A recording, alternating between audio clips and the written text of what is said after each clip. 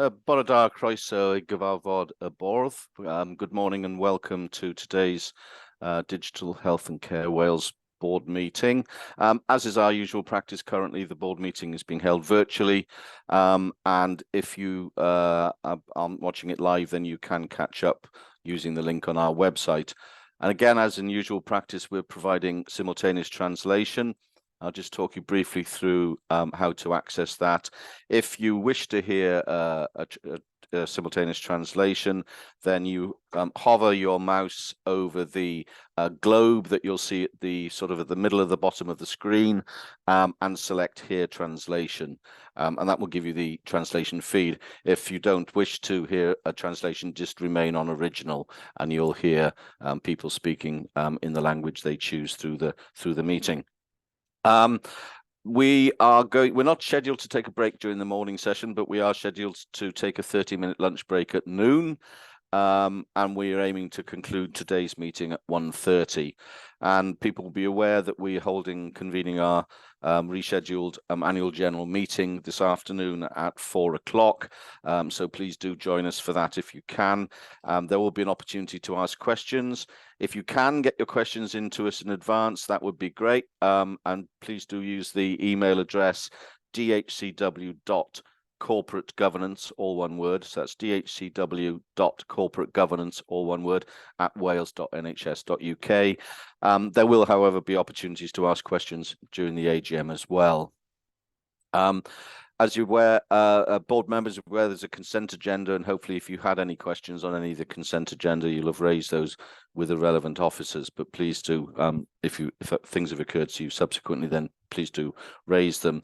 I'm not going to ask individual members of the board to introduce themselves, but if I would like to extend a warm welcome to Gareth John, head of our information delivery with us, and Anthony Byrne, who I know from over many years, who's joining for the shared listening and learning item today. Anthony's a consultant in palliative care in Cardiff and Vale Health Board. So if I now move on to the agenda, apologies for absence. I've received 2 apologies, one from Ruth Glazard, and Rowan Gardner, who needs to leave at 1 o'clock this afternoon. So we're going to bring forward her item in raising the highlight report for the DG&S committee to immediately after lunch, Rowan, because I think you'll need to leave after that item. No other apologies. I don't think I'm aware. I think everyone else is here that I can see. Thank you. Declarations of interest, none have been indicated prior to the meeting. Has anything occurred to anyone since reading through the papers? No. Okay, thank you very much. If we move then on to the consent agenda, as I say, if you had any questions, hopefully you've raised them, but please do raise anything if it's occurred to you after working through the papers. The first item we need to we're approving the minutes from the board meeting held on the 27th of July 2023. People happy to do that? Thank you. We're approving the private abridged minutes from the board meeting held on the 27th of July. Again, people happy to do that? Thank you. We're approving the private abridged minutes from the board meeting held on the 10th of August. Again, people happy to do that? Thank you. We're noting the actions on the action log, noting all 4 actions are complete. Yes, thank you. We're noting the forward work plan. We are approving the DHCW decarbonisation returns, which is item 2.6. We're noting the DHCW response to the Welsh Parliament Health and Social Care Committee and Public Accounts and Public Administration Committee in their scrutiny of Digital Health and Care Wales, and that's item 2.7. People are happy to note that. Thank you. And we're approving the amendments to standing orders, standing financial instructions, and scheme of delegation. Again, people have to do that. Thank you. And finally, we're noting the COVID-19 inquiry update, item 2.9. Thank you very much. If we move then on to the main agenda, and as is always the case, we start with the shared listening and learning presentation, and one which is I'm particularly keen to hear from a previous life, and ask you, Rydian, the Executive Medical Director, to introduce this item. Thank you, Rydian. Thank you, Chair. Good morning, everyone. You've kindly introduced Dr. Gareth John, who works for Digital Healthcare Wales, and Dr. Anthony Byrne, who's a palliative medicine consultant in Cardiff and Vale. The last year of life, and in fact any limited life, care professionals and the people receiving care often focus on quality of life. When there's an understanding that the end of life is ahead of you, quality of life to do the things that you want to do is incredibly important. As a data-driven organisation, part of our ambition is to collect data that allow people to understand their services in a way that can improve the quality of services that are provided, that can ultimately impact on improving patient care. So I think what I'm keen for this presentation to show is a partnership of collecting data and how the learning from that data helps the people providing care understand what's going well and what can be improved. So I'll hand over to the team, and then we'll have questions and answers at the end.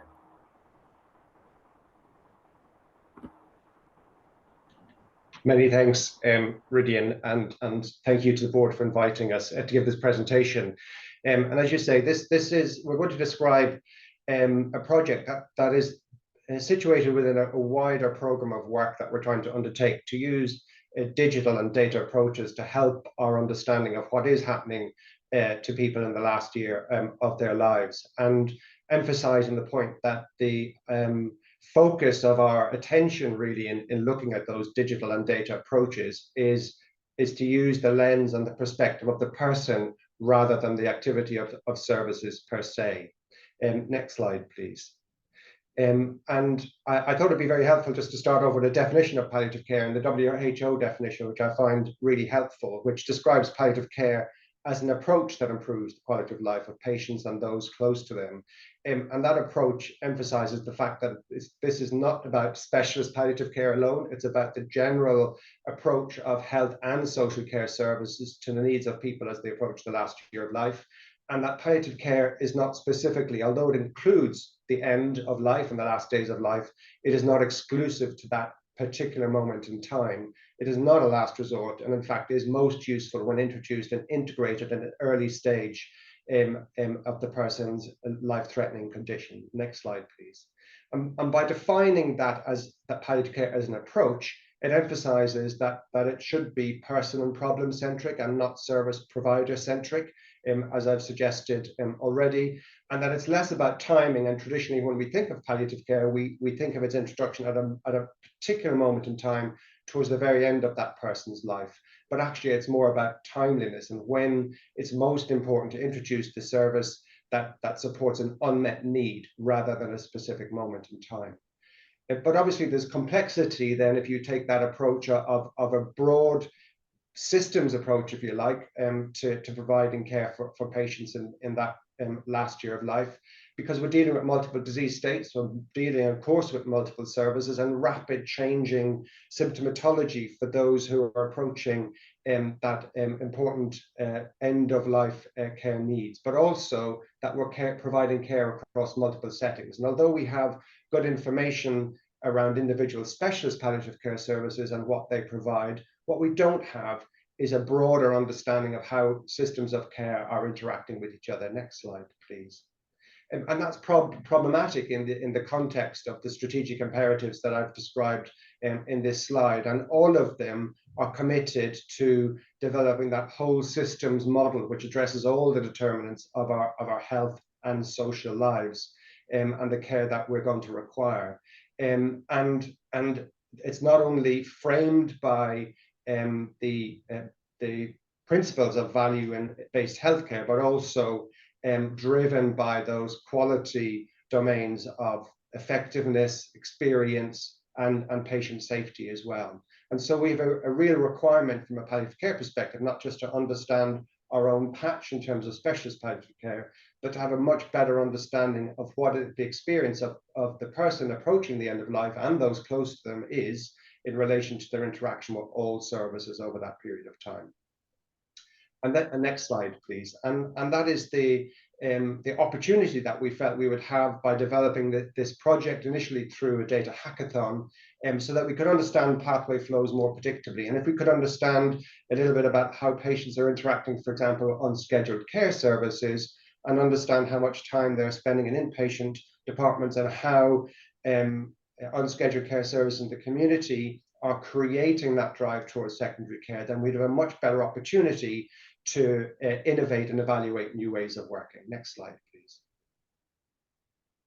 And just to emphasize that this project is within that wider program of work framed by those quality domains, and understanding not just effectiveness and efficiency, but also patient experience across the patch, both in terms of their described experience and this dashboard, which allows us to understand the reality of their interactions with services. And we're also, with the National Clinical Lead for End of Life Care, Dr. Liz Baker, and the Programme Board for End of Life Care, have developed a patient-reported outcome set to assess the effectiveness of our services across Wales, and that's currently being piloted, alongside a specific module understanding the experiences of patients and their described experiences towards the end of life, and a developing program of work around safety and how we harness our learning from some safety data as well, really driven by those principles of value and health. Next slide, please.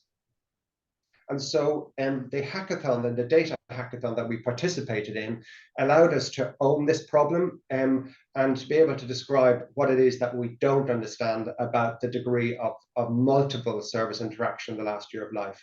And I presented the problem as one of trying to understand what deviations from an ideal pathway might look like in the last year of life. And I'm not for a moment suggesting that all interactions with unscheduled care are inappropriate, but they certainly would give us an understanding, if they are excessive and extensive, that there are issues in terms of deviations from what we would like to predict and have as a stable pathway of care in that last year of life.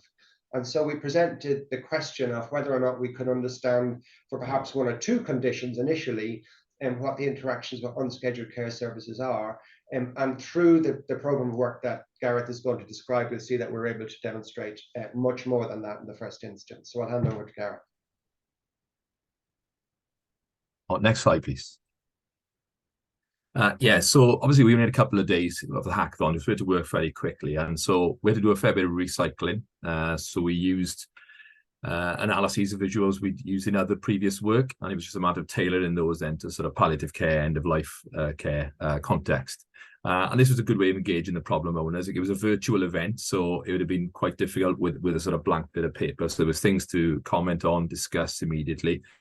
Anthony just could see the breadth of data that was available and how it could be potentially used. And then that encouraged people to come through with their own suggestions and ideas. And so we broadly agreed then what the objectives of the 2 days would be, and then the information specialist could sort of get on and do the analytical work and turn up work. And if needed, Anthony and Idris could go back and do their clinical work. And there'd be check-ins during the day. Next slide, please. So the challenge we set ourselves was to create a cohort of individuals who died in the calendar year of 2021, and then try to bring together as much information relating to those individuals we could for their last year of life. And again, as Anthony said, with a focus on unscheduled care interactions. And what we wanted to do was analyze and visualize that data in a way that was understandable and engaging to the user. Next slide, please. And we used a lot of the data we used was data we already routinely collect within our data warehouse. For example, the Office for National Statistics, mortality data, which was used to generate the cohort. Next slide, please. And then there was a wide range of other data sources to look at those healthcare interactions, including hospital and pre-hospital data. Also, we had some specialist palliative care contact data from our Welsh Demographic Service, which is our National Patient Register. Next slide, please. And we're also very accustomed with a tool, Power BI, to present the data. This ticked a lot of the boxes because we had existing skills, licensing, etc. So again, a lot of recycling and reusing what we've already got. Next slide, please. And one of the first things we showed, which was our patient on a page template. And in this case, each row represents a single individual. So and each of those service encounters are shown as different colors, and they all show it in that year leading up to the date of death. And the date of death is shown by that red bar. So different color bars represent different interactions, and the time within those service is indicated by the length of the bar. And this really seemed to engage the users. and also a good way of eliciting further questions from the problem owners. So, for example, next slide, please. We were able to look at how many days during the last year of life these individuals spent in either a hospital or an ambulance. We could see how the intensity of use increased as one got nearer to the date of death, which you'd expect. But we were also able to quantify certain things. So we discovered that our cohort spent 12 times as many days in a hospital or ambulance as a comparable group based on age and similar age and sex profile, and 25 times as many days in the last 3 months. So really interesting. That's something that Anthony and Idris now, the actual numbers they could use, and when they're actually putting business cases together, there's actual numbers they can take away. Next slide, please. And then in terms of our reflections, we were pleased what we were able to achieve in just the 2 days. There was lots of enthusiasm, engagement from both the information and the clinical side.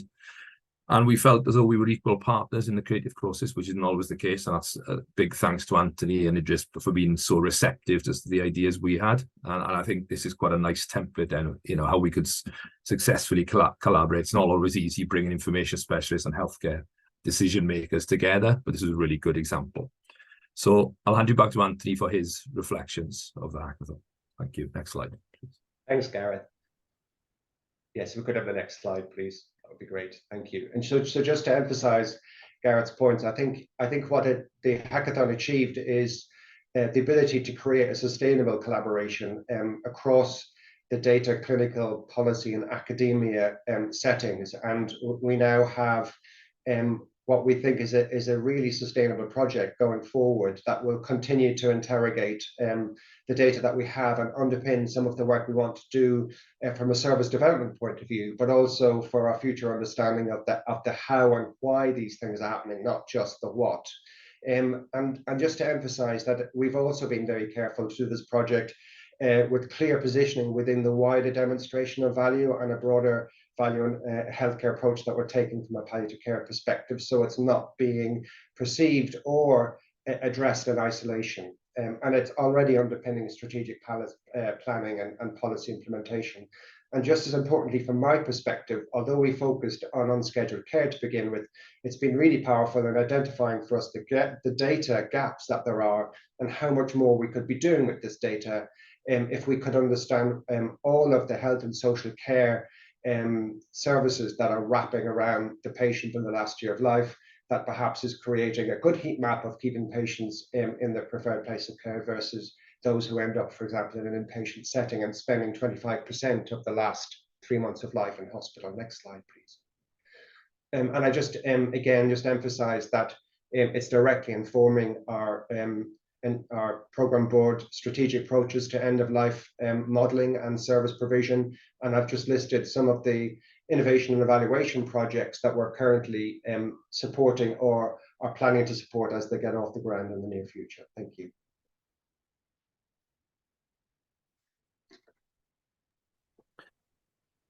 Shall I pick up, Rydian? Okay. Did you want to come back with anything, Rydian, before I open it up for questions and comment discussion? No, just to check that you can hear me, Simon. Yeah. You were a little bit muffled earlier on, but that's much better. Thank you very much, Anthony and Gareth. As Anthony would expect, I've got a number of points and questions, and it's magnificent stuff. And as I say, it takes me back a number of years when we were doing work on looking at hospital admissions, emergency admissions in last year of life. So I've got two hands up, Helen and then Rowan. Thank you, Chair, and thanks to Anthony and Gareth and the teams. And I know that this dashboard was also presented to the NHS Wales Leadership Board back in the summer and really well received. So I think an excellent piece of work. And it takes me back actually as well from when I worked with Idris when I was a head of information services in what was an Abertawe Morgannwg days. So just the question being, what's next in terms of how you're going to augment the data and the insight that's available from the dashboard? Are there new data feeds that you're going to pull in, and actually how are you going to start to take it forward even further? Before you come in, Anthony, Gareth, let's take a couple and wrap them up, and it'll flow better then. So there's Rowan and then Marion, and then I'll take a break before come back to you before Alistair and Marilyn. Rowan. So thank you, Simon, and thank you, Gareth and Anthony. particularly interesting. One of my very dear friends entered palliative care yesterday.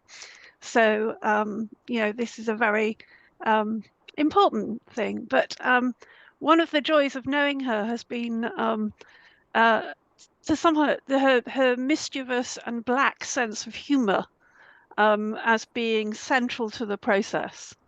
And at a delightful lunch over the summer, her laughing at her frustration with the English NHS, and I'll say the English NHS to make clear, and describing an encounter, you know, deciding that some aspect of her clinical care was adding very little value, and she wanted to do different things with that time. And so she had called the nurse to cancel an appointment and explained to the nurse that there was very little value in from her perspective in attending the appointment. And yes, really kind of a conversation where the healthcare practitioner perhaps wasn't kind of attuned to the patient's perspective. And so there followed a wonderful conversation that sort of said, yeah, I want to cancel this appointment. I don't see any value in it. And the nurse saying, well, you know, I really would like you to come, and I could offer you a, you know, we're now rebooking for October. And with her direct and mischievous, oh, well, I'm told I'll be dead by then. So I really wouldn't, I don't think I need to book the appointment in October. And as this was being told and regaled with much humour, then being said, and only 2 days later, I received a letter confirming my appointment for November. And I think it just highlights, I think, a lot of the cultural differences, and also, I think, the signal that might be in planned hospital episodes that are not attended by patients in the last year of life. And I just wondered whether that might be something to consider. And thank you, Anthony, for everything you do. It's so important. Thanks, Rowan. Marion, and then we'll come back to you, Anthony and John, to pick up on those first points. Diolch yn fawr. I'm going to speak in Welsh, if that's all right. Diolch yn fawr, Simon, Gareth ac Anthony. Mi oedd hwnna'n hynod o ddiddorol. Alla i ofyn cwestiwn syml o gofio'r data chi wedi gasglu hyd yma. Be fwy dyn ni wedi dysgu'n barod am daith a phrofiad y claf yn y cyfnod tynedfennol yma? Ac be ydych chi'n credu yn y pen draw bydd effaith y data yma ar yn gallu ni i wella profiad y claf yn y pen draw? Diolch. Thank you, Marion. Who wants to pick up anything first? Anthony, do you want to come back first? I'd be really happy if that's okay. Gareth and Gareth will come in then. Just starting with Alison's point about what next with the data, and actually underpinning my answer to that with a response to Marion's. We've learned a huge amount about how systems of care are wrapping around, or in fact not wrapping around, patients, Marion. And you know, the fact that we now understand that there are 7 to 8 encounters with unscheduled care services in the last year of life, and a significant majority of that is occurring in the last 3 months, allows us to understand that kind of short end of the wedge, as it were, is packed with unpredictability and uncertainty at a time when we're hoping as services to be providing predictability and certainty. So it's been a really helpful way of us understanding that, you know, not just as a specialist palliative care service, but actually as a health and social care service as a whole, we need to be interacting and integrating in a better way. And part of the way of doing that is to understand what we're not doing so well at the moment, and for us to be able to stand back and understand that actually the Welsh Ambulance Service are having multiple call-outs to this person's home, and with that lovely graph that Gareth showed for the individual patient, we can see all of those interactions with the Welsh Ambulance Service and think, oh my God, if we only knew about that, there's the pinch point that we could be interacting with. And there's the timeliness bit rather than the timing, because we should be doing that from the very beginning. And unfortunately, what we understand is that specialist palliative care services, for example, are being introduced to patients at a very late stage in their illness, when we'd much prefer to be integrated from an earlier stage. And we can see that that upward trend towards unscheduled care and hospital admissions happens before that last 3 months of life has begun. So if we were getting involved earlier, we'd be preempting some of that, but as part of an integrated team rather than as a specialist palliative care team alone. And I think that gets back to Rowan's point about trying to get the right care for the right person at the right time. And by understanding how the services are currently interacting with each other, having that more creative integrated hub where, for example, a patient is not just ringing and getting an answer phone. Your friend was lucky to get a health care professional to speak to over the phone, because very often they get an answer phone. But to get access to somebody who has that data in front of them and who has all of the information about their latest outpatient appointment and their blood test results, who can make a more informed decision about, actually, they do not need to go to that appointment. Maybe they need to see Anthony Byrne in clinic tomorrow morning, and I can access his diary and put that appointment in clinic, because he will know how to get that person through the system. So, and then if I'm doing my job correctly, we will see a change in the dashboard in terms of those multiple interactions with unscheduled care towards the end of life. And to get back to Helen's point, finally, where we want to go to next is get all of that other data. And I have to say, I'm not digital or data savvy. I'm a clinician, but I absolutely know what we could do with that data. And it's a huge frustration that I can't describe to you what's happening in primary care with those patients in the last year of life, and what health and social care packages of care are wrapping around those patients. So I think Gareth's going to speak to this now, but I think we'd all be very excited if we could get more access to that type of data.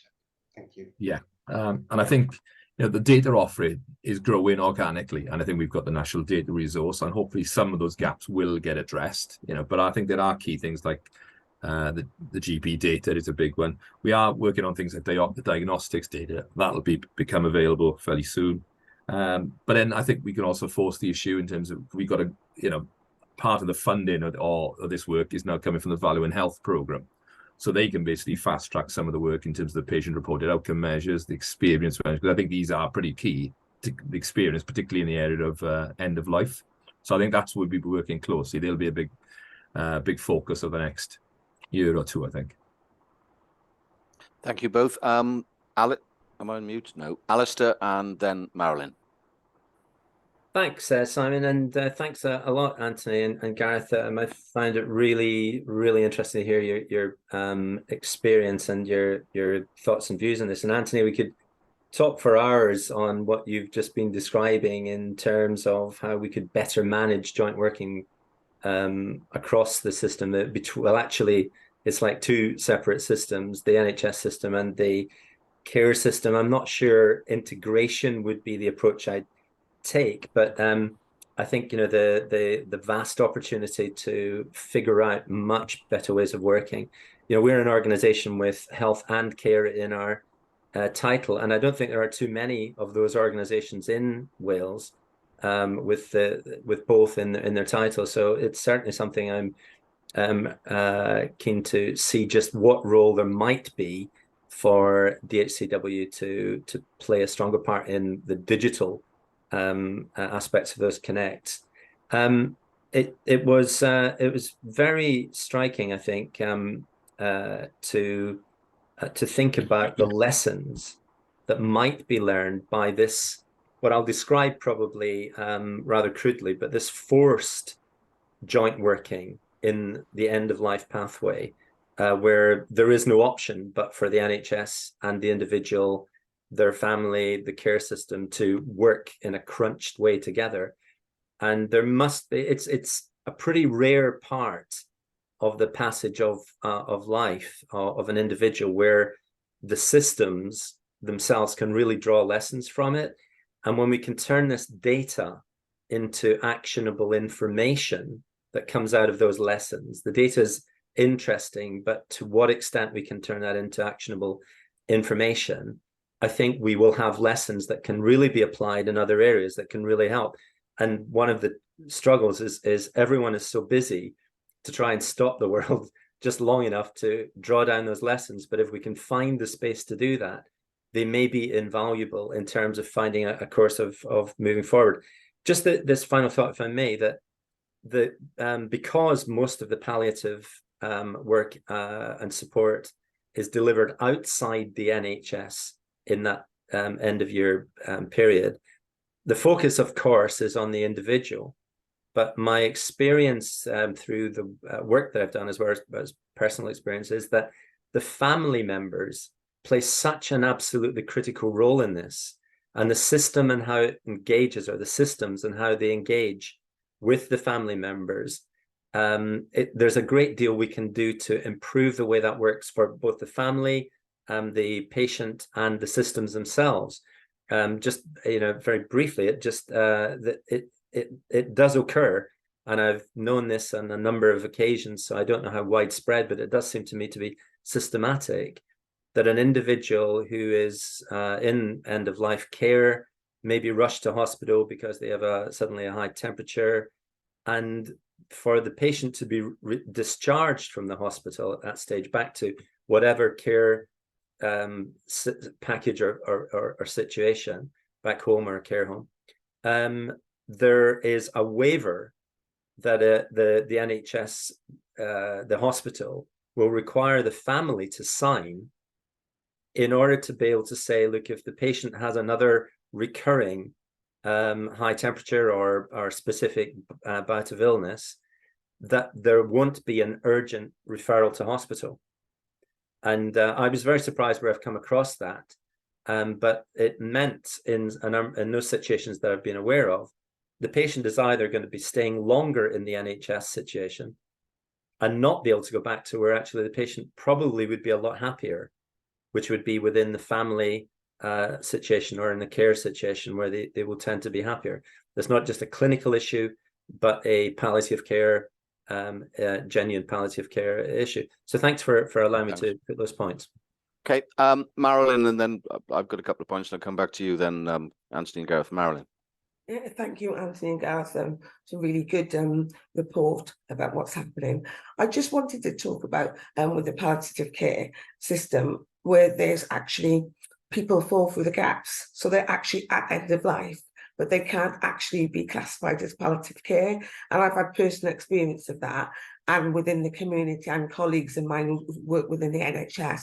So even though it's great that we've got systems that when we can monitor it and it comes under there, but one of the things I'd sort of like to highlight is perhaps there's also capturing the people who need those services, or who are, accessing, ambulance services, the hospital setting, and perhaps are not getting recorded. And as I said, from personal experience, I know that that's happened with the end of life for people, and lots of people within the community in which I live. And so I'm just a little bit concerned about that. And I'm really passionate about the person-centered approach, and I think that that's great. But for me, I just want to sort of think about who owns then the accountability. So once we know that we need those structures in place, who are we going to make accountable to take things forward, and like Helen said earlier on, to take the action. So thank you, Marilyn. A couple of points. It's really, as you'd expect me to say, Anthony, Gareth, it's really great to see this, because it's, unpicking exactly what the care pathway is in the last year of life is the sort of first base on designing care pathways that are much more in the better interests of the individual, and those caring for them. What the first point I got is picking up on what you alluded to in your presentation, and Alistair's point is the ability to capture data in those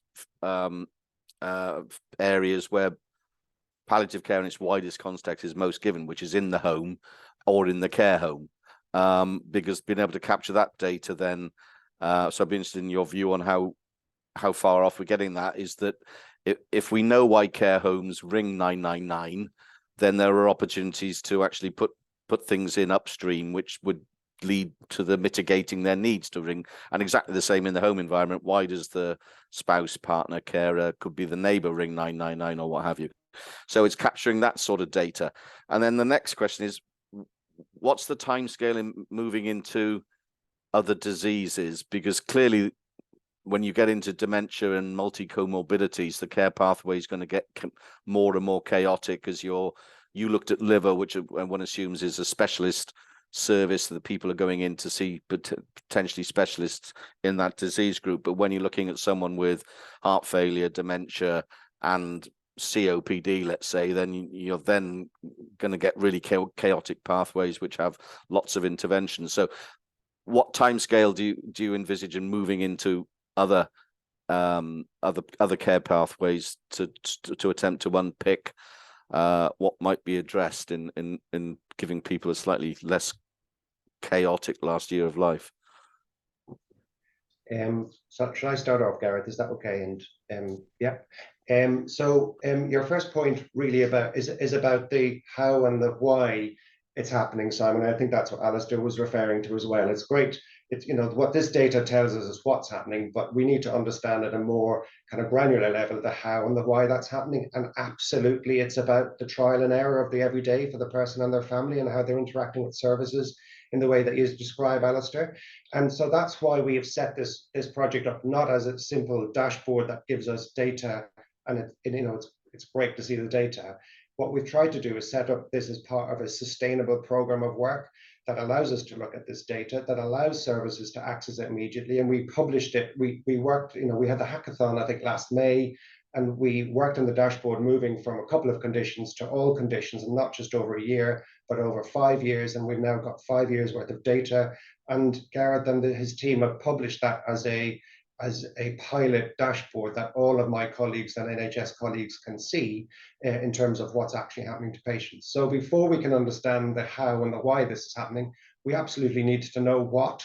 And so what all of this data has given us is the power and the justification for going after the how and the why, and to make sure that we've got that sustainable collaboration between our clinical services, but also I wear an academic hat as well, and I've got some fantastic colleagues around the UK, including, for example, at UCL, who are very expert at looking at a more detailed level with individuals, taking case stories of individual patients and families, but also then groups of patients and families, and understanding what are the social and medical interactions that have happened in that case that have caused that ambulance to be called, and that can be predictably a problem for the wider population in terms of a problem to solve and a pinch point. So I think that what the data gives us is the justification and the sustainable collaboration that allows us to interrogate things in more detail. And just to get back to Alistair's point about waivers, this is not about waivers. This is about saying what has happened to you in the last 6 months as you approach the end of life is that you've had 7 hospital admissions and you've had 4 WAST ambulance call-outs. There's something wrong here, and actually what we need to be doing is shifting the goals of our care towards the ones that you define, which are to be comfortable, to be in the home setting. And it's not a waiver that they're being asked to sign, but it's a conversation they're being asked to engage in terms of future care planning and saying, what would you want in future? And actually, it's not a waiver for the person, the family, Alistair. It's a if you like, a stick to the service to say, please don't let this patient end up back in the inpatient setting, because it's not what they want. They do not want to come back into hospital for more antibiotics because they don't think it's improving their quality of life. So we engage in those conversations all of the time to empower the patient, not the service. I think that's a really important point to make. And just finally, from Marilyn's point of view, absolutely vitally important to emphasize, because you're absolutely right, Marilyn. We know what we know in terms of specialist palliative care, and we don't know what really is out there. And what this dashboard has been able to show us in detail over multiple conditions is that people are not being allowed to have access or not able to have access from a variety of reasons to palliative care. And we have really strong agreement across the UK and internationally that 65 to 75% of people in the last year of life will have specific palliative care and specialist palliative care needs. And we know from the dashboard that only 37% of people are accessing it. So again, that that allows us to generate the conversation around resourcing and access. And also some of the projects that I mentioned in my last slide. So we're working really closely with the Welsh Ambulance Service. And there are some great pilot projects in Swansea and Cardiff where the Welsh Ambulance Service work very closely with us. And as a consultant on call at night time, I often get called by the Welsh Ambulance Service saying, look, I'm out in a person's home, they're clearly coming towards the end of life. Can we create a plan together to prevent this person going into hospital because that's not what they want? So it's really demonstrating to us, evidencing for us that we need to have more access and patients need to have more access to us. Gareth. And I was going to say, I think it's, in our own information strategy, which we're about to release, we're going to say, we're working towards using data to drive actionable insight. Now, that's easier said than done. I think initially what we can do is provide evidence and trying to influence, but it's got to be working with colleagues like Anthony and Idris who are influencing, their area. They can actually understand the data and take that away. So you can start those conversations, even just by observing the data. You can see, well, actually, does this look like a well-functioning service? It stimulates sort of a conversation. So rather than just relying on anecdotes, now we've got some factual things, we've got some numbers where people can actually start to debate. So it's a long way. It's tricky when we get into sort of predictive and trying to suggest how the service should change. That's a step, a few steps away, isn't it? But I think that's what we want to drive to. But we can only do that with Anthony Idris sort of, was directing us in terms of what data they need, what decisions do they need to be able to make, and how do we need to fill the data gaps, really. Thank you, Gareth. Yeah, absolutely, isn't it? If you don't know what's happening, then you can't fix it. It's just then getting people to knuckle down and fix it. Ridgen, did you want to come back in concluding? And yes, if I could, Chair. I think the board will be aware that we have a series of these. And actually, we're building up to a position where we can start to see how the jigsaw fits together. For example, the single electronic record provides the visibility to information across the care pathway. We know that we've got 35,000 care professionals across Wales, being able to access that and directly read and write into that. That's extended to the acute services in WAS, the opportunity for the WAS clinical hub to see the care pathway. As an oncological surgeon that deals with end of care, particularly renal failure, I work carefully with palliative care. And often there can be different decisions made in different areas of the patient journey that often contradict what the patient wants. So getting the patient's view at the center of that pathway is key. Just a couple of things I wanted to go back to was the conversation about what the patient wanted in terms of hospital care and follow-up. People are familiar with the did not attend and the could not attend, the introduction of the C on symptoms and the important PFU, patient-initiated follow-up, again allows patients to make informed choices. The National Data Resource, the work that we're leading with Rebecca Cook as part of Digital Healthcare Wales, Value in Health, previous presentations from Rachel Powell in our Information Directorate, emphasize why it's important to collect and validate data and then present it to clinicians in a format that they can consume. And again, you've seen one of the tools, Power BI, being used for that. It's often said it's easier to get into hospital than it is to get out of hospital. And Alistair brought up a very important part about the safe discharge.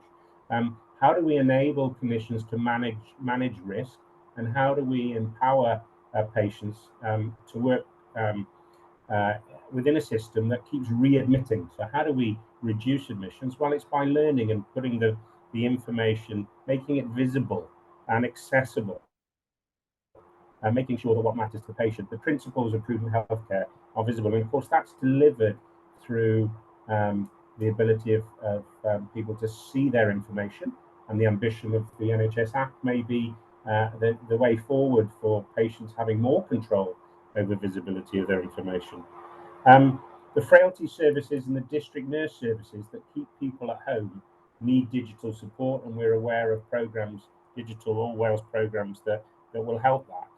So I think what we've seen here is technical expertise working with domain experts in clinical environment, understanding both aspects, but working in partnership to identify value added, both for the patient and for the service. So I thoroughly enjoyed that. I'd like to thank the two colleagues for coming forward and showing what was a great piece of work.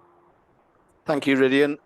Thank you, Gareth. It looks like I think Anthony has had to leave us. So thank you both for what was a fascinating presentation on bringing data into real-time healthcare and having the potential to make a really important difference to individuals' experience and in this case in their last year of life.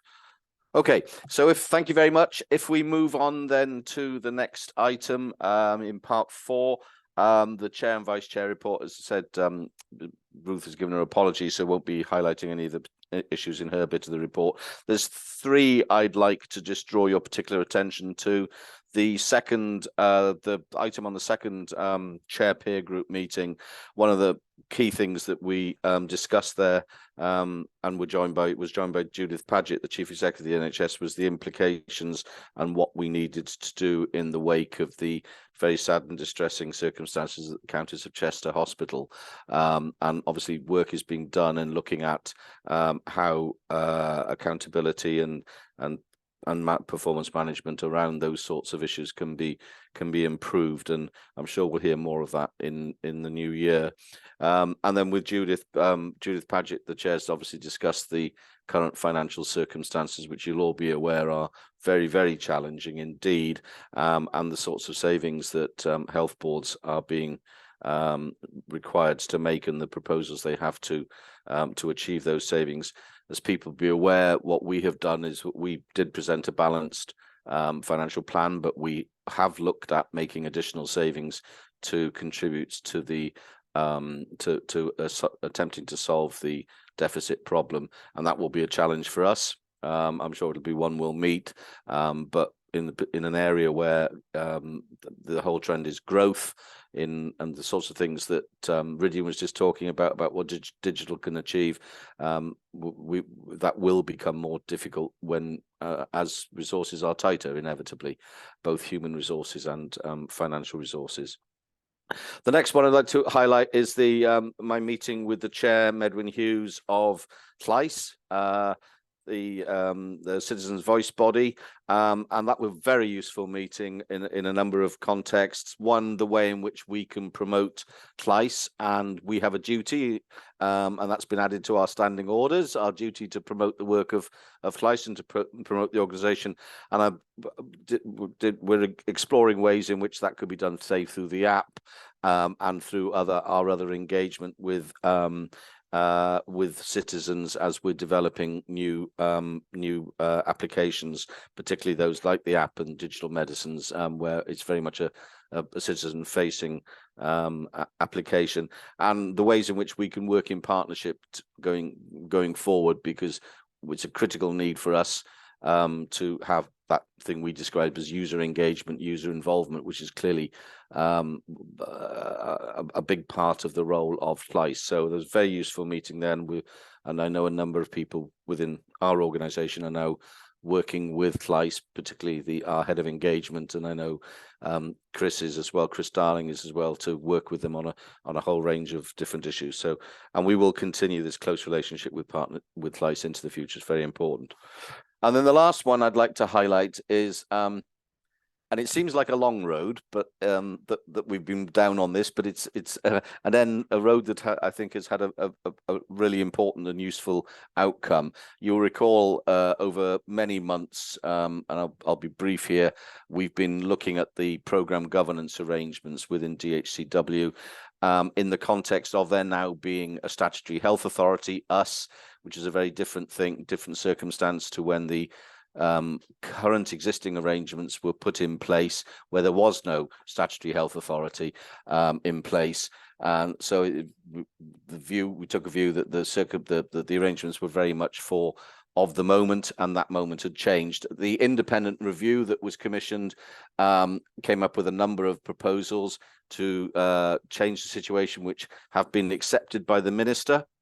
And that effectively, the key one is it moves accountability for those programmes from external SROs appointed by the Welsh Government to Helen as the accountable officer of the Statutory Health Authority, and then Helen will obviously delegate responsibility for individual programmes to members of her executive team. This then leads to also the change in the nature of the programme boards, which will be worked through with the Welsh Government, and the role of the programme chairs, which again will be worked through with the Welsh Government, and the programme chairs remain the responsibility of the Welsh Government to appoint, and that will be working through with a formal deadline of everything being in place by the end of March next year. But I suspect, particularly with a significant number of the existing programmes, that will move rather quicker, because there are a number of SROs who have already, for a range of reasons, stepped down, or for a range of other reasons would wish to step down over the next few months. So we're hoping that that will work through sooner rather than later. What we then needed to do was to identify a governance arrangements that took account of the new circumstances, and after much discussion, it was felt, including with Audit Wales, we've involved them through this process as well, to establish a new committee, which is will be a subcommittee of the board, which will oversee major programmes. There'll be a parallel committee, executive committee, which will be looking at the operational elements of those programmes, but this will be a committee that will look at the performance, and in fact the performance of overall and strategies of those programmes. I'm pleased to say that a number of IMs have agreed to sit on this committee, and you'll see in my report that they are Ruth Lazard, Rowan Gardner, David Selway, and Marion Wynne-Jones, and myself will act as chair of the committee. The date of the first committee is in November, I think. Chris, where are you nodding? Where's Chris? I can't see him. November, yeah. Yeah, November. And that will then look at the terms of reference for the committee, which will obviously need to come back to this board, Chris, at a later stage after that. So then you'll also see in my report that we wanted to ensure that we have an even number of IMs across the Digital Governance and Safety Committee and the Audit Assurance Committee. One of the key reasons for this is to ensure that we maintain quoracy at all times, because it becomes very difficult if either of those meetings aren't quorate. And Alistair has very kindly agreed to join the Digital Governance and Safety Committee. So thank you very much for that agreement, Alistair. It's very good of you. And you'll see there the names of all the people, all the IMs on the individual committees. And I do apologise, Marilyn, that there is a typo that has, in each time your name is mentioned, you have become a Bryn rather than a Brian. So I do apologise for that. So that's all I wanted to raise out of my report. If there's any questions or comments on that, but I do ask you to formally approve the establishment of that committee that I mentioned, the Programmes Committee, and the committee membership. So we do need to put that on record. So please, if anyone has any comments, raise your hand. If not, if you could nod your assent to the thank you very much. That's all I wanted to really draw out of my report. And we'll then move on to the Chief Executive's report, and I'll hand over to you, Helen. Yeah, Simon. Just a quick update from me. You've got the paper in front of you. Just wanted to call out again the engagement that we're getting from the staff in the organisation. So we're routinely getting over 500 of the staff listening to the staff brief. But I just wanted to call out particularly, and you'll see evidence of this in Sarah Jane's update later, that Neil Kitchen won our photography competition, where we asked all of our staff to kind of take a health and wellbeing shot that kind of summed them up. And yeah, just some wonderful photos. So you'll see them later in Sarah Jane's presentation. We had the pleasure beginning of last week, I think it was, of hosting the Four Nations Digital Leaders catch-up here in Cardiff in our offices. Really great conversation, and lots of follow-up activity actually for ourselves and our teams, really, and a particular focusing on kind of workforce development issues which are shared, and you know, we're all facing similar challenges across kind of the 4 nations and actually the wider public service. So quite a lot of work in that area, and on digital maturity, and on actually our commercial operations as well. So lots of follow-up opportunities for collaboration going forward. The next face-to-face catch-up will be next year. Then Scotland will be hosting us, but we'll have virtual in between. I also wanted to kind of draw out the a quick update on the eye care programme. Colleagues will recall that we took over the responsibility for the programme back in the summer on the 1st of June. Sam Hall's team have been working through kind of what that means in terms of transition. So we've had a period of pause and reset for the programme, and there's still, you know, some work to do, and we're working closely with colleagues in Cardiff and Vale so that we can actually we have absolute clarity in terms of all of the programme arrangements and all of the detail that we need from a financial and commercial perspective and an implementation planning perspective. We're currently working through some of the key dependencies for what is a really important programme of work to the NHS and therefore for us, because we would want to be in a position and need to be in a position really to start to commence kind of rollout from the early point of 2024. So lots of activity going on in that space at the moment, and some active conversations with Welsh Government on what that's going to take in terms of the funding required to make this a success and to ensure that we've got it in a sustainable position to support all of the eye care services, because you'll recall this is pivotal to the ability to kind of push the patient pathway, you know, earlier down into community, and community optometrists out on the high street actually taking some of the workload really off secondary care. So it's a, you know, hugely important piece of work, and we'll keep you posted on that as that progresses. And just finally for me, just the Welsh Government have confirmed our escalation status has remained at routine monitoring. So really positive to get that acknowledgement over the last month. Thank you, Chair. Happy to take questions. Thank you, Helen. Any questions or comments? Alistair. A quick one, and thanks, Helen. Informative as always, and very good also to see the 4 Nations meeting taking place, you know, that we hosted. That's great stuff. I just wondered on that, Helen, did the issue, which is potentially enormous, of shared services and joint procurement, did those form part of the you know, the wider discussion that you refer to in terms of supplier ecosystem and commercial strategies? Yeah, it's for us to explore some of those opportunities, and there are some out there at the moment. So yeah, lots of conversations going on in that area. Thank you. And David, you had a question. I did. Thanks, Simon. Thanks, Helen. I just wondered if you could say a little bit more about the digital maturity assessment that was done, Helen, and what were your personal key takeaways of things that needed to be done? Yeah, so quite a lot of work in that area. So what we've done is work with the directors of digital out in all of the health boards and trusts to undertake an assessment. And the first one that we've done was what's called the MRAM assessment through the HIMSS maturity model, which assesses the level of maturity around electronic patient records, but in a hospital setting. So that assessment's been done, and the results of that have been shared with each of back with the health boards, because they do a self-assessment and then a visit to kind of observe the way that functions are being used. But coupled with that, we also undertook a usability survey using the class assessment. And I think it was a couple of thousand clinicians, even will correct me if my numbers are out. And we had quite a lot of kind of insight from that as well. So taking kind of the functional assessment of where we are in terms of functionality for hospitals, and then the usability, which will be many and varied in terms of kind of all of the components that mean you have a good or bad experience of digital.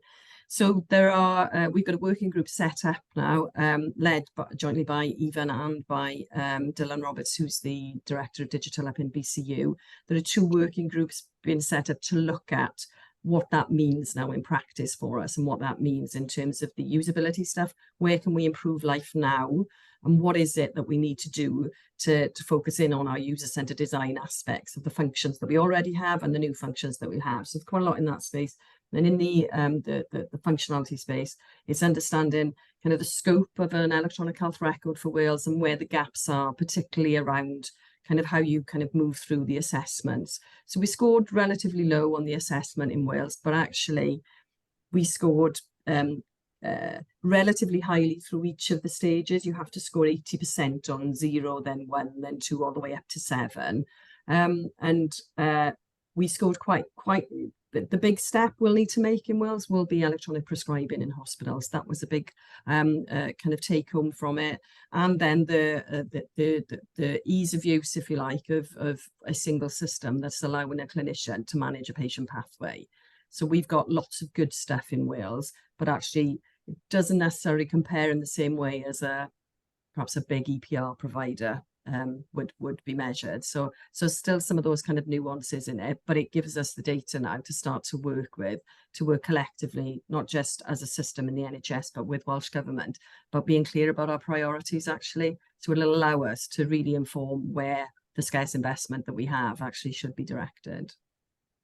Rowan. Thanks, Helen, I just wanted to kind of underline, I think, you know, the actual score on the HIMSS assessment is less important than how we use it to prioritize and allocate effort in the development of our systems and services to meet the needs of clinicians.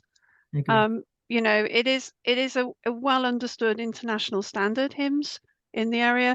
It obviously kind of you know, has been applied to situations where people are buying fully integrated off-the-shelf healthcare systems, and you know, perhaps those are naturally more able to score more highly. But I would be pretty open that where our number is, it's our number and it reflects our position, and it gives us a baseline to monitor progress from. It does, yeah. Thank you, Rowan. Thank you, Helen. Thank you. People happy to receive and note Helen's report? I'm sure you are. Okay, if we then move on to part 5 of the agenda, the strategic items, and we first up with the finance report, and I'll hand over to you, Claire, to take us through that. Thank you, Chair. Can everyone hear me okay? Yes, perfect. Right. Okay. It's hopefully you'll see some slides come up on the screen in a minute, but I'm going to take you through 2 parts really today. I'm going to focus firstly on the NHS Wales financial challenge and DHEW's response to that challenge, both the process, but also the revised savings targets that we now face. And secondly, I'm going to talk you through the results as at the end of August, which I hope will give you some comfort in terms of our ability to deliver on those savings plans. So if we move to the next slide. So that summarises what we're going to do in terms of the NHS deficit and also the financial performance. So if we move to the next slide and the next one.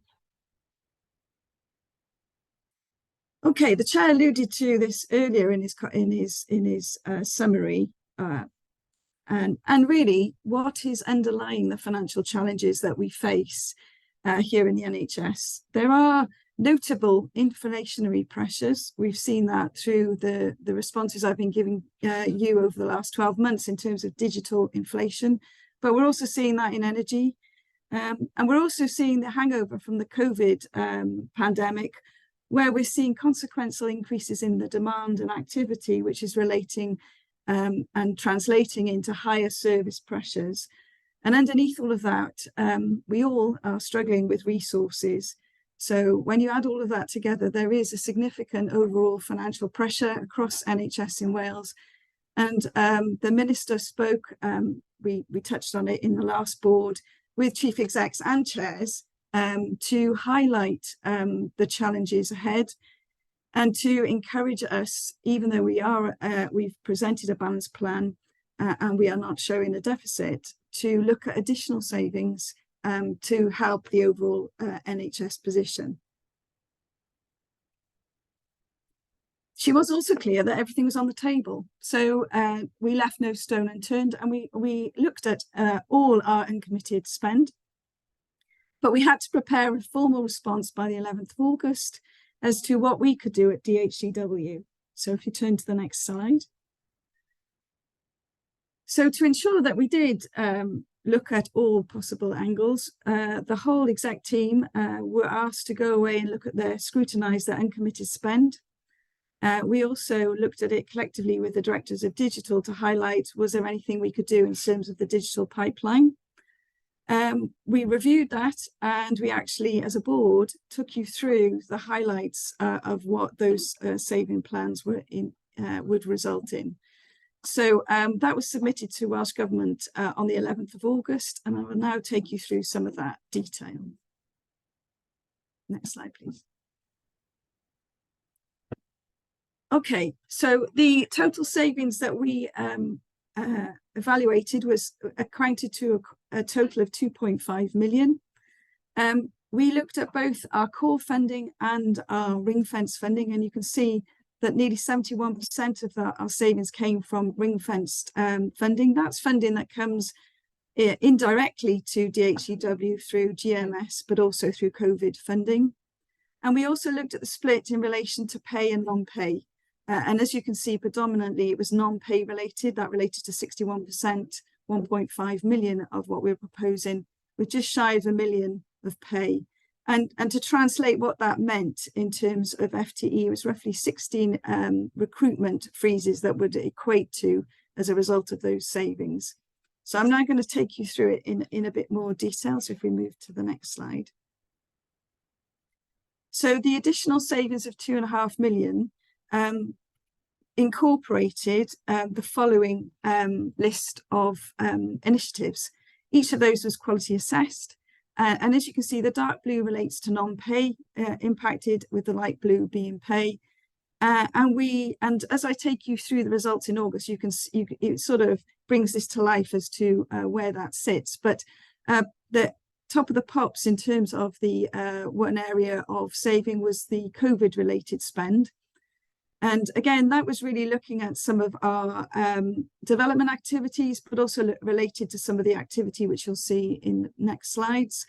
We also looked at all our DPIF initiatives and undertook a rephasing of a number of schemes, as well as looked at some of our DHCW non-core activities, predominantly in finance, corporate services, to again look at areas of spend reduction. And we also looked together with commercial at our energy costs and prices.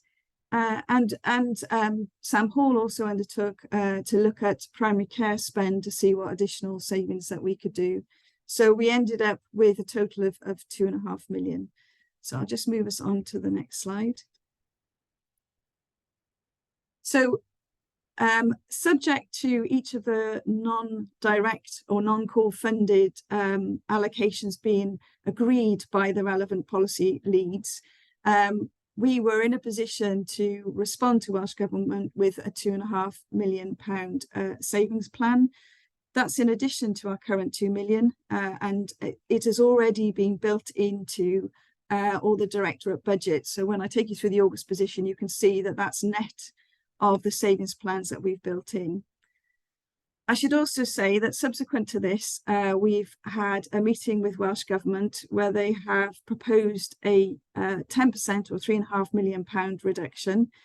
And together with our digital programmes and taking into account our August position, we are working with them to see if there is anything further we can do to reduce our digital spend. There is, of course, a number of schemes that we're yet to get an allocation for spend to.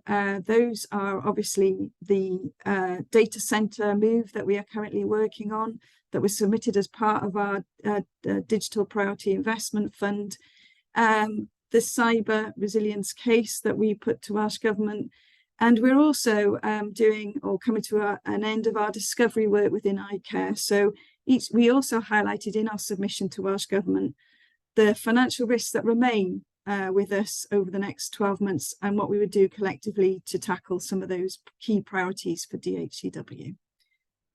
So that summarises, and if we move on to the next slide, our response in relation to the NHS challenge.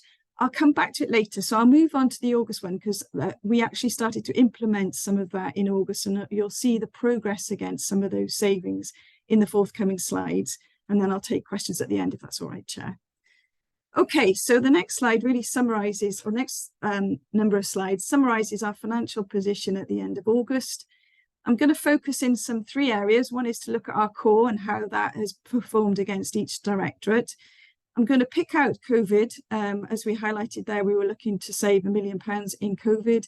And I'm also going to look at the Digital Priority Investment Fund to show you progress against that. And I'm also going to touch on where we are with that £4.5 million savings target as at the end of August. Okay, if you move us on to the next slide. I've summarised that in the previous slide. It really highlights the key initiatives around us responding to the NHS challenge. And the last point is really the latest views in terms of further work that we're doing with Welsh Government to confirm our position. We are awaiting a formal response from Welsh Government on the submission that we've made. And I suspect in the forthcoming weeks, we'll have an understanding of what that will mean and whether that was approved by Welsh Government and then we can update the board at subsequent meeting. Okay, next slide. Okay, despite the challenge, DHEW is confident that it will meet its financial obligations and is still forecasting a balanced position at the end of the year. I will show you the run rate, which incorporates variations into the DPIF spend, particularly in non-pay. I will assure you on our savings delivery to date. I will also reflect on our underlying position because the Chair will always point out how much of those savings are recurrent and in the bank for subsequent years and what we will need to work on. We are still have an underlying deficit, which we are now working closely with our teams to start our forecast position for next year and our financial position for next year and what that means. And to assure you also that we've boosted our current cost controls. As you're aware, we have a scrutiny panel that scrutinises all vacancies and recruitment across DHEW. That reports into Executive Board for any escalations on a weekly basis. We have a strategic resourcing group led by Sarah Jane that's looking at our vacancy position and highlighting key areas of strength and weakness. And we also have a forum that looks at our pay and capital group, that looks at non-pay, and we also have an energy group that is looking at our energy costs, prices and consumption. And all of those help me assure myself in terms of the forecast position.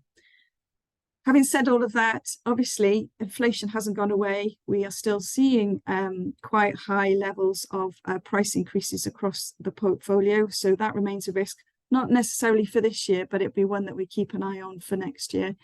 But there are some opportunities. We are still working alongside HMRC and Ernst & Young to get some VAT recovery, and I'll touch on that later. Okay, that summarises where we are. Let's go into a bit of the detail. So if you move on to the next slide, please. This really summarises our overall performance against our statutory requirements. And as you can see, at the end of August, we were 152,000 underspent from a revenue perspective. Capital was more or less in plan, slightly behind at 65,000. Our public sector pay policy had improved slightly, but is above the target. And our cash balance were quite high if you compare to the norm. We normally try and keep it around 2 million.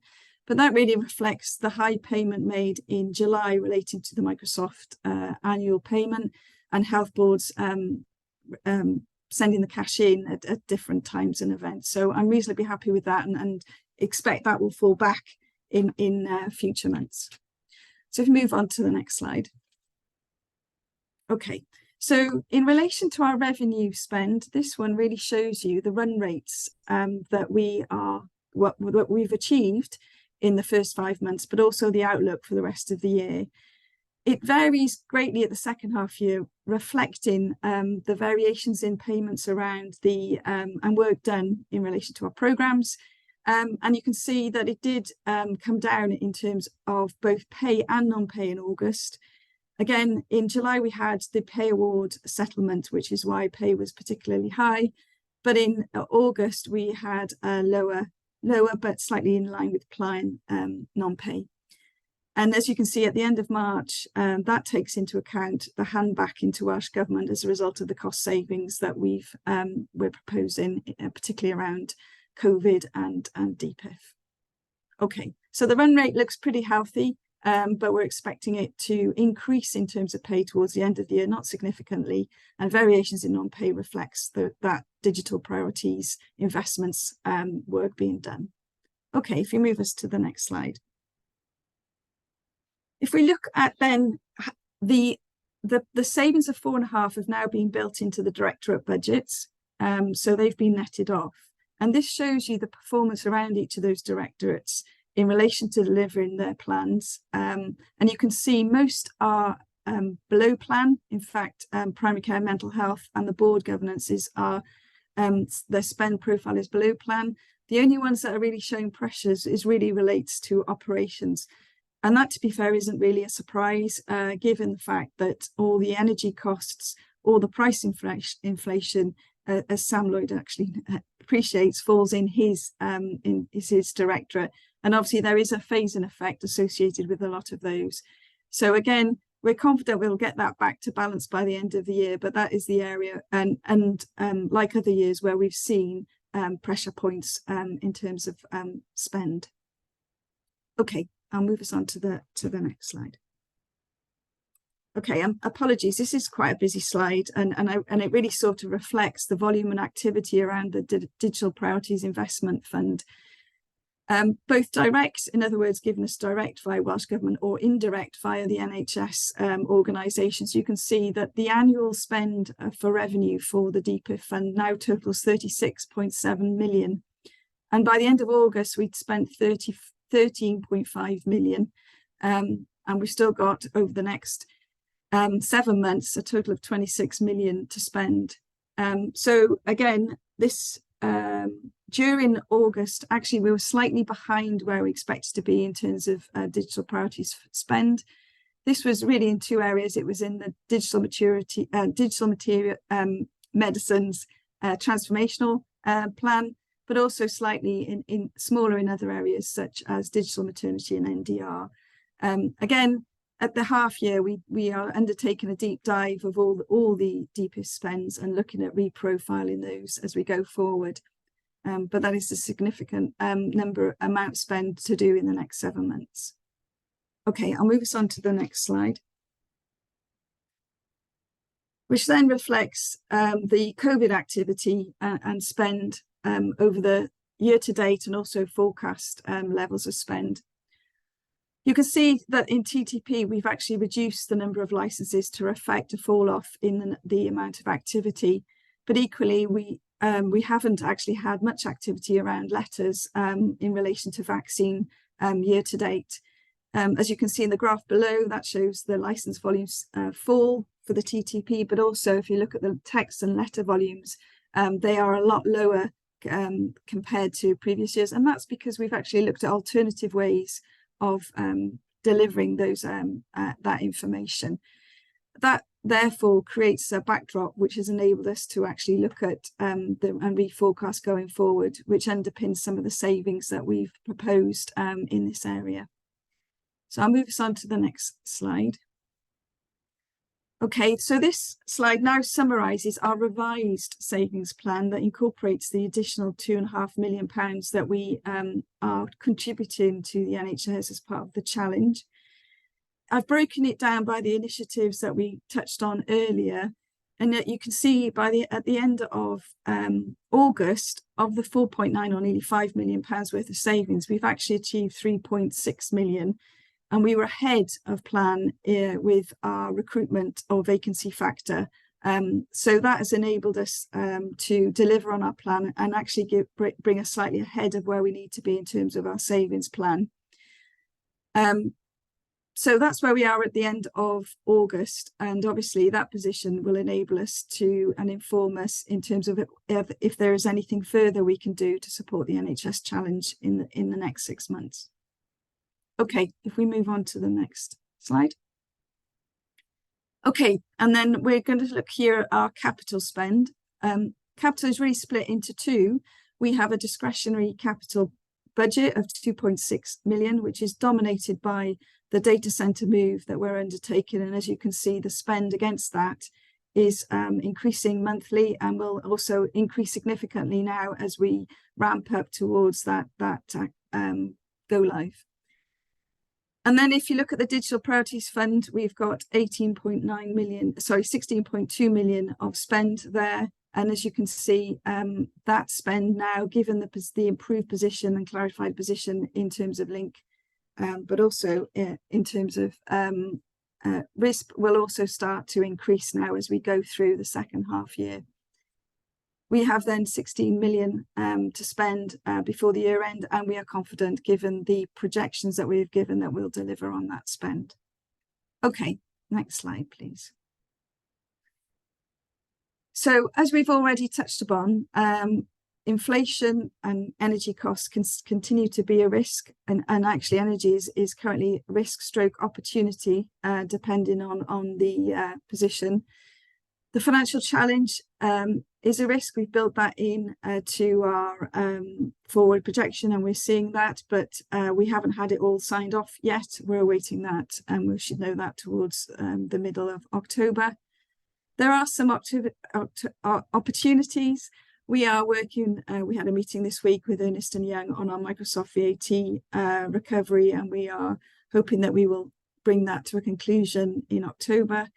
And as you saw there, a financial opportunity in terms of vacancy position. If our recruitment plans should fall short, then actually that creates additional savings for us in this financial year. And I think that's the last slide. So I'm happy then to take any questions. Thank you, Claire. If we just take the slides down so that we can see everyone. Great, lovely. Okay, Alistair. Thanks, Claire. Extraordinary times indeed. Looking at the time frame in which the system as a whole was given to come forward with their well described as emergency savings, it seems like it was 11 days or 10 days. At least it looks like the requirement came through on a Monday, which was a good thing. And the requirement for those organizations in the wider system to bring forward actionable plans to reduce the deficit by 10, 20, 30% for 23-24 specifically, doesn't that just leave us with a much bigger cliff edge come 24-25 unless those cuts are maintained in the forward plan? And if they are to be maintained in the forward plan, surely to goodness, this requires a strategic review of reshaping services rather than the 10-day exercise in, salami cuts to services across the system, wherever they will be. And, overspends in other places are clearly having a very significant impact on DHCW plans to be able to move forward as well. So this is clearly, extremely linked together. So just interested in your thoughts on that, because they do seem to be very key issues. Should we take a few questions, Claire? Probably be easier. I've got David and then Marion. Thanks, Simon. Thanks, Claire, for the update. My question was really around the savings we're looking to make on COVID. I understood that we've changed the way we're communicating. So does that mean we're isolated? If there's a new variant of COVID that's emerged, which might see an increase in cases, is there any risk in the savings we're planning to make if we do get another wave of COVID hit us, particularly over the winter months? Marion, and then Rowan, and then I'll come back to you, Claire. Diolch. Thank you, Claire. Thank you for the clarity of your presentation. It was really very, very helpful and clear. Can I turn to the DPIF, and appreciative that there's a lot of profiling going on, a lot of work going on in this area, but we're looking at a potential cost reduction here of 3.5 million. That's a significant sum. And I just wondered whether you could elaborate a little bit on the potential impact of that cost reduction and what levers, I guess, in addition to just deferring spend, if there are such levers being pulled, what levers are you considering to identify further savings in this investment pot? And then Rowan. Thank you, Simon. I think I have two questions. One is kind of the ability of the wider system to react and deliver savings, and what impact it might have this year. So in February, March, whether there'll be a further squeeze to try and bring the system into a manageable deficit. And then the second question, Claire, is a more strategic one, which is, how does the system come together to make investments in the digital transformation that is going to get us out of operating the system as we have become used to operating a system, which, for the reasons you described at the beginning of the presentation, inflation, digital inflation, utility inflation, but also inflation in demand as a result of coming out of a pandemic, into being able to deliver a service that meets the needs of the population and within a cost envelope that we can afford, and moving us out of these kind of ringing bells to find savings in a short period without the ability to have those conversations across the system. Yeah. Claire, there's a couple of points in there which are wider system points that you might want to comment on, but we're not going to hold your feet to the fire for the approach that's being taken across NHS Wales, but you may well want to comment. Okay, so Alistair's comments about timing. So unlike health boards and trusts, we predicted a balanced plan, and our run rates and trajectories we were confident we were going to deliver that plan.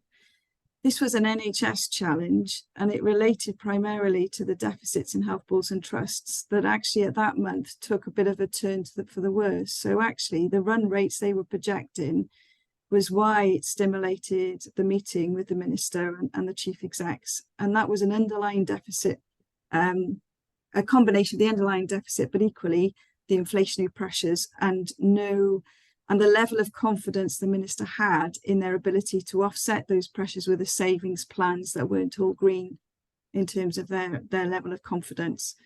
So I think, going back to your point, it was, we were aware of the underlying financial pressures, but unlike health boards and trusts, we weren't subject to such a significant financial material variation in terms of their run rates, which is why we show the run rate every month, actually. So it didn't really, I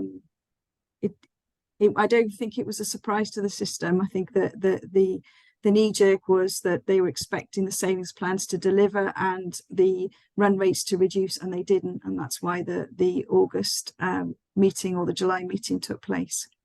So that's really where actually we were slightly different to that, which is why we were asked to look at an improved plan, and we weren't given a deficit recovery and a 10 and 20 and 30% improvement on that. In relation to our COVID response, there was two things in that. One of that is a change in activity, and I know that Sam Hall is confident and is working on the autumn booster campaign, and the ability to deliver that is there. We were looking to move the COVID from an on-prem solution into a cloud solution during this financial year. And one of the options we've got is not to do that and to delay it into subsequent years. And that would also give us a headroom in that savings plan and in our ability to deliver it. So we are confident, unless Sam is going to say the contrary, that we can deliver the COVID requirements in the financial envelope that we've been given. The DPIF is an interesting one because we have multiple funding pots, from Welsh Government, and DPIF is one of those. And what we demonstrated to Welsh Government is that we would struggle to get 3.5 million within DPIF in its entirety. And that's because we have contractual commitments within each of those programmes, and therefore it would cost more rather than less if we were to renege on some of those commitments. So we have taken reductions in the areas that we have the controllable costs and we are non-committed to. We're yet to have our homework marked from Welsh Government, so there's not to say that they won't come back and challenge that. And I know that Ivan has been working closely with the SROs in each of those programmes to see if there's anything more they can do to support us in that. And I think there probably will be as a result of the conversations that Ivan's been having, but we haven't got all of that detail together. The other point that we raised was around the data centre move and whether, given our vacancy position and the fact that we've actually absorbed some of those costs to date, as to whether that would be an option that we could self-fund. But again, we've had to go back and reforecast our vacancies together with Sarah Jane and the SRG group to see the feasibility of that. And we're working alongside Welsh Government and with the teams within DHEW to see if that's an option. So we, like I said, we've still got some work to do. We have submitted 2.5 million. We are looking at ways to improve that, and given the August position, we're evaluating where we are with that. And then obviously we'll update you as soon as we have feedback from both the SROs, but equally from Welsh Government. And then finally, the corker of a question from Rowan. Thank you, Rowan, as to and I think it's an important point. Digital is a tool to enable us to move to a new operating model that actually could transform the way we deliver care and drive value and benefits. And therefore, at a time when we need transformation in that operating model, surely this should be an area that we should rocket fuel and invest and drive that benefit. And I wholeheartedly, passionately agree with that. But there's a reality check around that as well. So if you look at DHEW, we have taken on board a significant number of new digital initiatives this year, and we are confident on our trajectory to deliver those. So I would agree, in the short term, we could run that wave, but in the long term, absolutely, we need to fund this organisation and NHS Wales in digital, because it will transform that operating model, it will drive value, and it will help us out of the financial challenge that we see ourselves in. Thank you, Claire. Can I ask a couple of questions? The first one is an observation as well. Is the recruitment scrutiny panel, because what I've seen happen in the past is that the process itself is used as a means of saving money. So, you know, it takes 3 months to get through this process, and you've therefore saved 3 months of. So, some reassurance that is the approach we're taking is mindful of the urgency of potentially some recruitment or the implications of not recruiting on other bits of the business, so that it's just not an across the a sort of a across the board process, and we're actually just using the time it takes to get something through the panel as the means of saving money, as opposed to a much more objective approach. And the second question I got is what are our levels of confidence or optimism around the VAT recovery? Okay, so the first one, I love the scrutiny panel. It's been in place now for 4 years. Actually, it meets every week, and we do have an out of meeting, which usually is exception. So if something is urgent, and it shouldn't be, because the recruitment process itself takes a time, but in the case that there is an exception, we take an outside panel.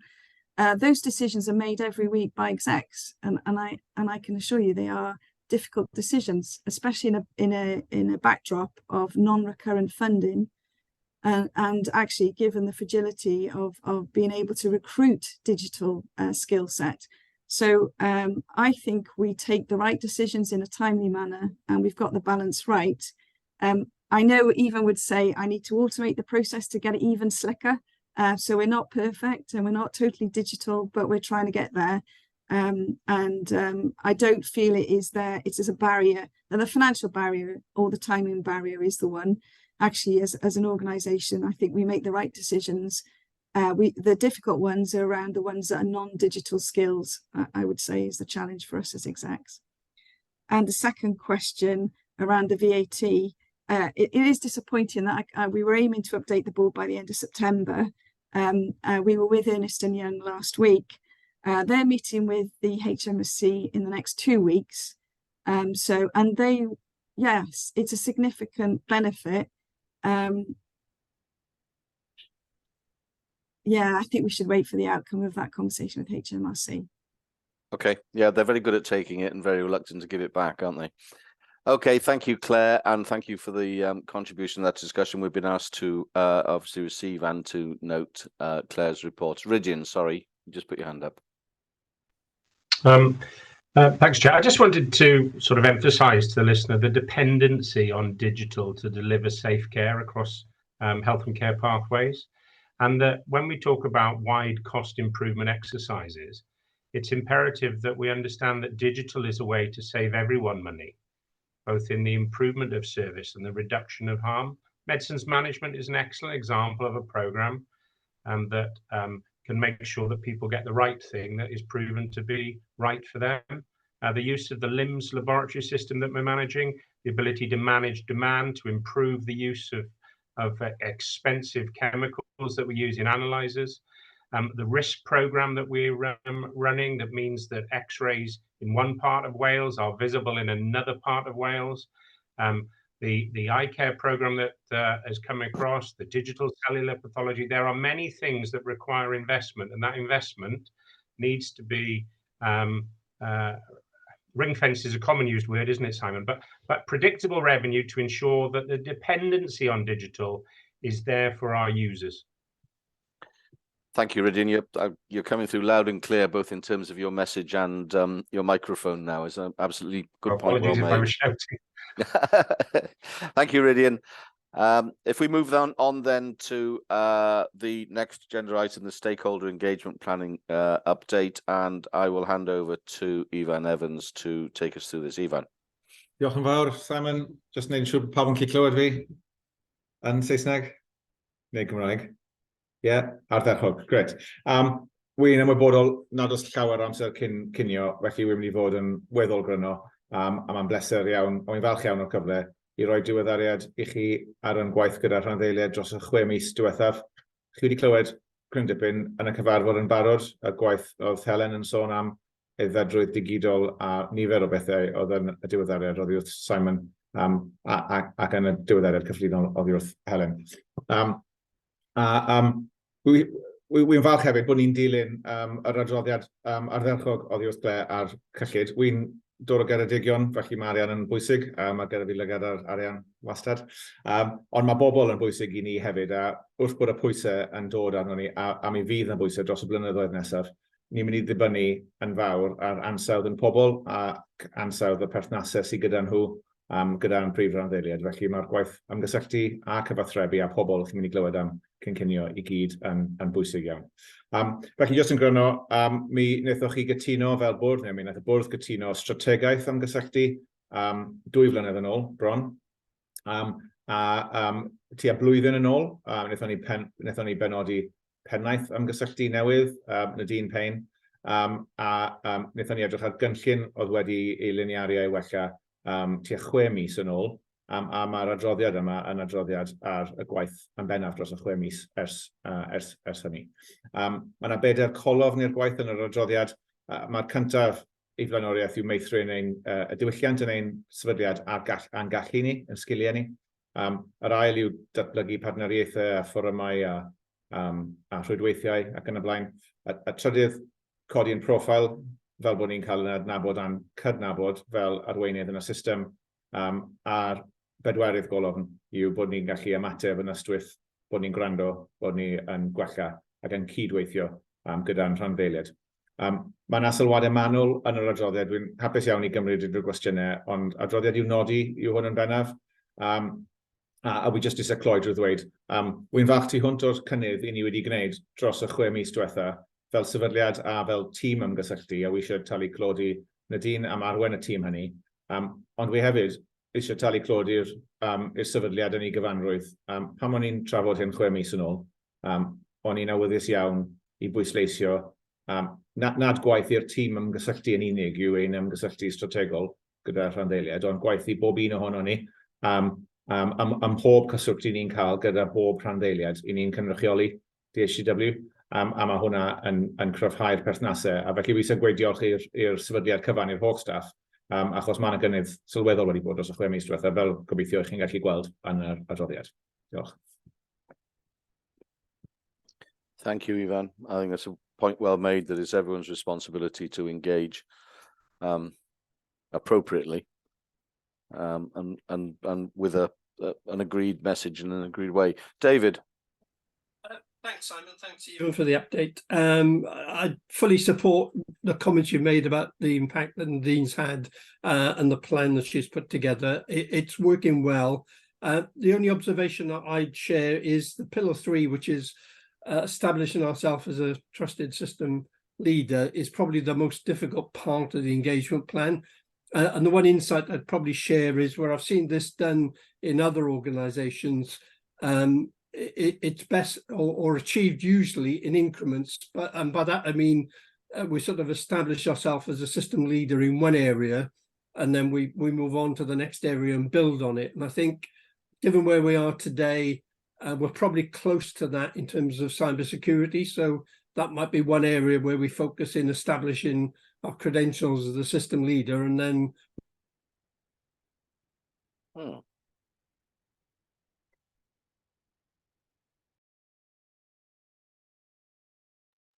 We've lost David.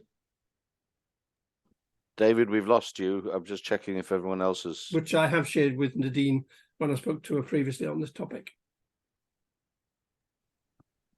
Thanks, David. We lost a little bit of the end of your comments then. I think probably you had some Virgin Media connectivity problems like we all do from time to time.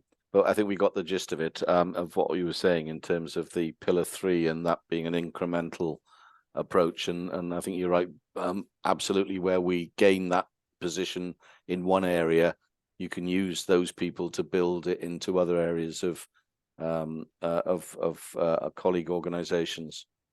Any other comments or questions? If not, we'll receive. And as if you've heard me say in the past, I hate the word note because it sounds awfully perfunctory, but we are being asked to note the report. So thank you, Ivan, for the progress that you're reporting on in what remains an increasingly important area of our work, given the wider context of the challenges that NHS Wales faces.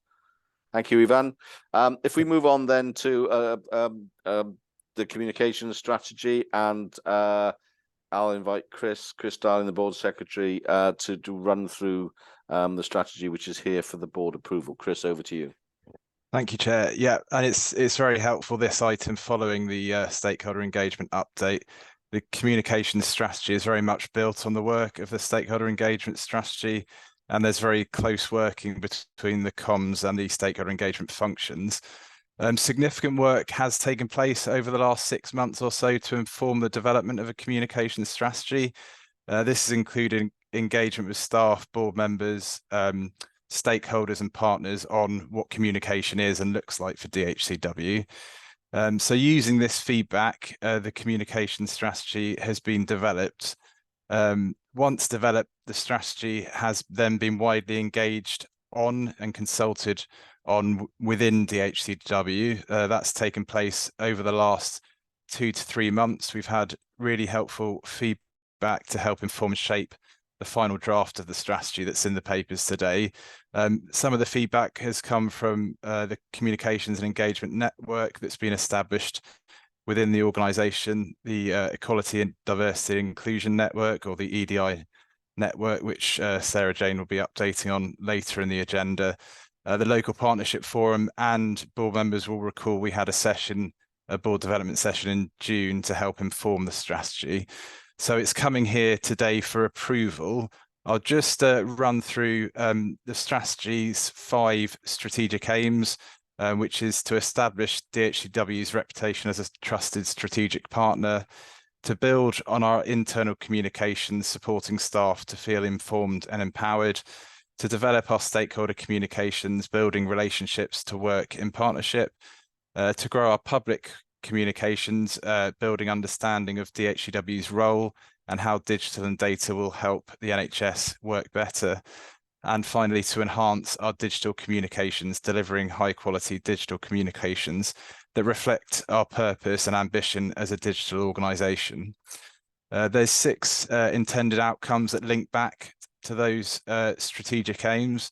And I'm just going to summarise for board members the changes that have taken place whilst we've engaged on the strategy over the last few months since you would have seen it at the board development session in June. So we've been clear and we've moved the strategy to a 3-year strategy with an annual action plan to reflect the level of ambition as we work through that 3-year period. We've put more clarity in about what communication is and how everyone has a role to play in the area of communication.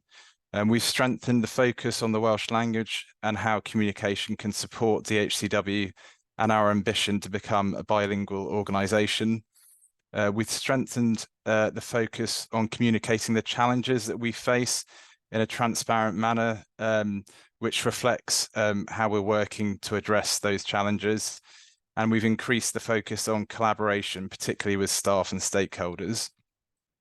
We've also strengthened the aspects of staff having a role to play in supporting the delivery of corporate messaging. And we've got an additional focus on how we build trust, including communicating how we've learnt when things have not gone well and how we've used external validation where appropriate to help build trust when things haven't gone well. And finally, we've put a greater emphasis on ensuring the right message for the right audience at the right time. So the strategy itself and the delivery plan is included as an appendix. Before I open up to questions, Chair, I just want to record my thanks to Julia Sumner. She joined the organisation earlier this year and has really driven the development of this strategy over the last 6 months or so. And also to Marion, who's provided a lot of constructive challenge and feedback as the strategy has been developed. So Doc and Val to both Marion and Julia. But happy to open up for questions, Chair. Thanks, Chris. As anyone, I'll come back in a moment. I've got a comment to make, but Marion. Diolch, Cadeirydd. Ga I jyst dweud, mae wedi bod yn bleser gweld sut mae'r strategaeth yma wedi esblygu dros y misoedd diwetha. A dwi'n meddwl bod o'n ddarn cadarn iawn o waith y gallwn ni bod yn falch ohono fo. Da ni ddim wybodol wrth gwrs bod na dystiolaeth gadarn bod cyfathrebu yn greiddiol i foral ac i boddhad staff, ond mae hefyd dwi'n credu yn greiddiol i gynhyrchiant, productivity. Felly, un peth ydy cael y strategaeth ar y ddalen fel petai, a mae hwnna'n holl bwysig wrth gwrs. Yr herwan ydy weithredu ond ac yn cwestiwn i Chris ydy, yw ti'n gweld yr heriau penna i sicrhau bod ni yn gallu gweithredu'r strategaeth a'r cynllun blwyddyn gyntaf yn y llwyddiannus? Ac yn ail, pa rôl sy'n i aelodau'r bwrdd yma i gefnogi y strategaeth yma? Be fwy allwn ni yn wneud? Chris, do you want to pick that point up? Yeah, thanks, Marion. I think I'll start, before I answer the challenges, I'll just reflect on joining DHCW just over 2 years ago. And one of the things that struck me was the excellent internal communications. There's a great team here that do a brilliant job communicating to the staff internally. I think one of the challenges in developing this strategy and implementing it is around our messaging, I think, to external staff and stakeholders. And I think it picks up some of the discussions from the financial piece. In the current climate, how do we demonstrate and reinforce DHCW's role within the system that it can transform the way health and care is delivered? So how is DHCW seen as value adding rather than a cost to the system? And I do think that's one of our biggest challenges at the moment. We've got just moving on to your second part of your question, we've got a board messaging, board development at the end of October. A big part of that will be around communications and engagement and messaging. So I think for board members, it's really important that the messaging we give to the system, to the peer groups that we're all involved with, is consistent and reinforced at every opportunity we get. And in terms of taking on that challenge, I think it's developing, we talk about being a system leader, a trusted strategic partner, which means building reputation. And for me, reputation, the three elements to reputation: communications, performance, and behavior. And I think this strategy enables the communications element of building our reputation, but it's really important that we deliver and we gain credibility through our performance over the next 12 months. That means making some hard decisions, I think, about what we can and can't do. And finally, behavior and role modeling the values of the organization. So I think from a board member perspective, I would say it's reinforcing those three areas that enhance our reputation. Marilyn. Thank you. Yeah, I just wanted to make a comment really on what Chris said about what we had this at board development, and to look at how it's changed and how it's become much more of a more proactive. We already had a good communications strategy. We already worked well, but I think the comments have been taken on board and they've really flexed to take account of that. And as Chris said, going forward, it'll be looking at how the behaviours we have and how successful we are in delivering on what we said we're going to do. Absolutely. Just an observation too, Chris. I'm just thinking about the what I reported on earlier in with the changes in program governance, that the engagement strategy that Ivan's just talked about, and the communication strategy. I don't know whether others feel you start to get a feel of a coherent whole, and a grip around the whole of what we're doing, and the ability of this board to take an overview, a much easier overview of what we're doing, and then communicate that to our stakeholders, both internal and external, and that alongside what the work that's been done on what we look like, our branding and our messaging. You just got to get the feeling there's been some major steps forward over recent months around us doing what we are supposed to do as an organization. Helen.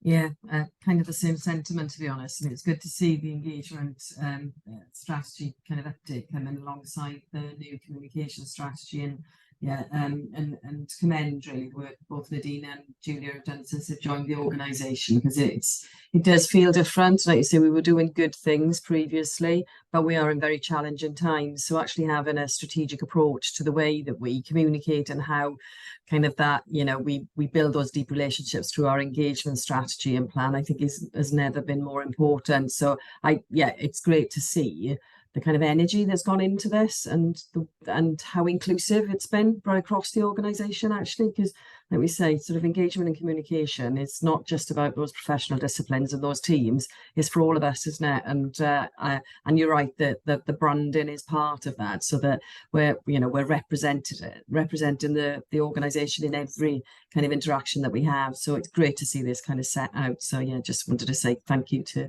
those teams. Thank you, Helen. Thank you, Chris. And again, we are being asked on this occasion, being asked to approve the communication strategy. I'm sure people are happy to do that. Yes, though all of you have frozen on my screen, so I have no idea whether you're nodding or shaking your heads, but I'm sure you're nodding. Thank you all very much. If we move then on to the last item before we break for lunch, which is the People and OD strategy action plan update, and over to you, Sarah Jane, to take us through this item. You're on mute, Sarah Jane. Apologies. Yes, if someone could load the slides, that would be really helpful. I think just to say before we get going, it's a very similar theme, really, to be perfectly honest. I remember you last year, Chair, saying that this is all of our strategy to take forward. We all have an equal role to play in delivering this. And I just want to provide the board some assurance, actually, that each and every person has been involved in this, really. And we've done a huge amount of work on various themes, and we're green on our performance, so we're delivering on plan, which is good news.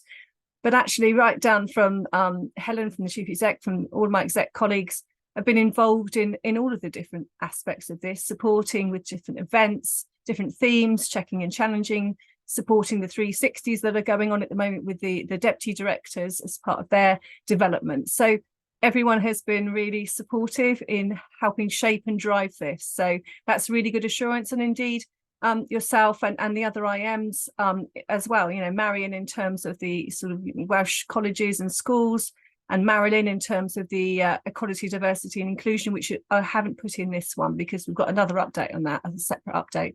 So there's been lots of input and support. So just want to provide assurance on that. Next slide, please. So just a bit of a recap and the reports in the papers today.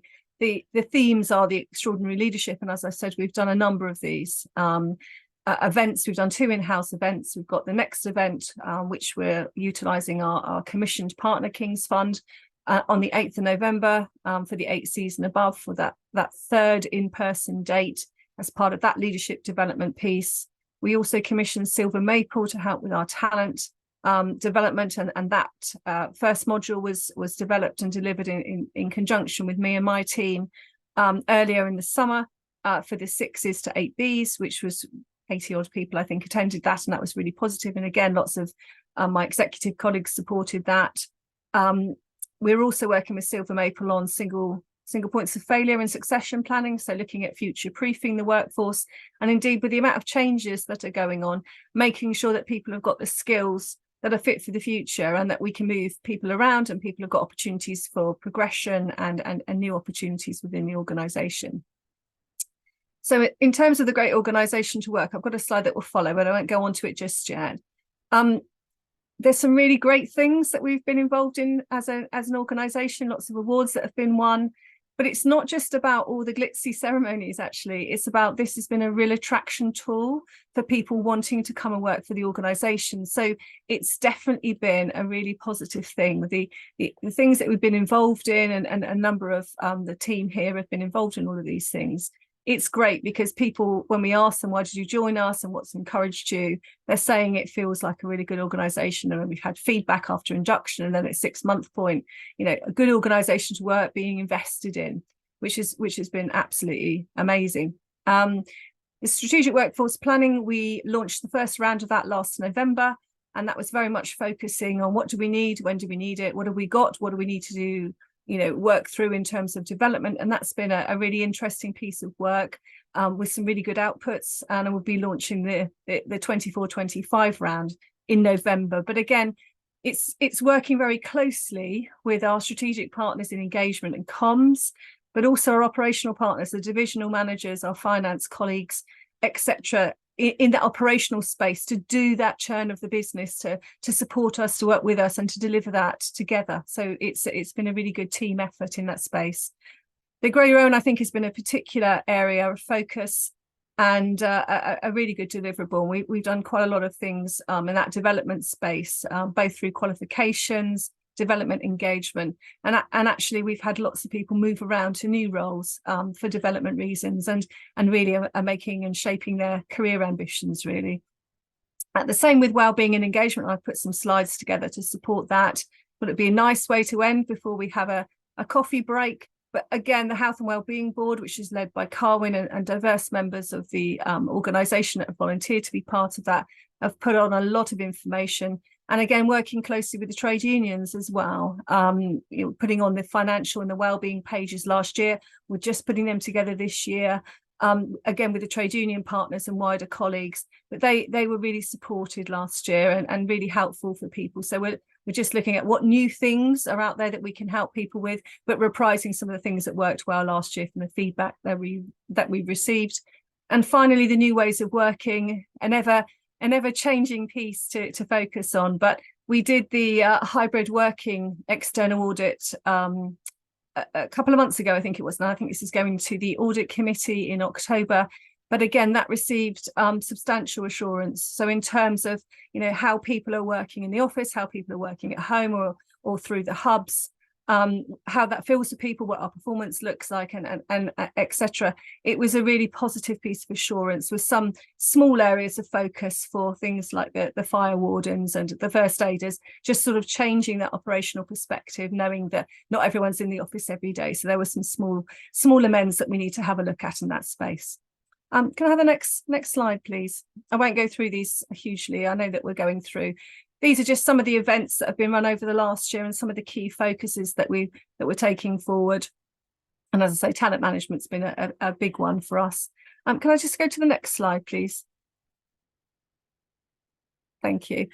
I've tried to get as a diverse groups of people as possible, but you know, this was just a very small number of things that people have been involved in since the strategy went live last year. Last September, we signed it off at Bwrdd.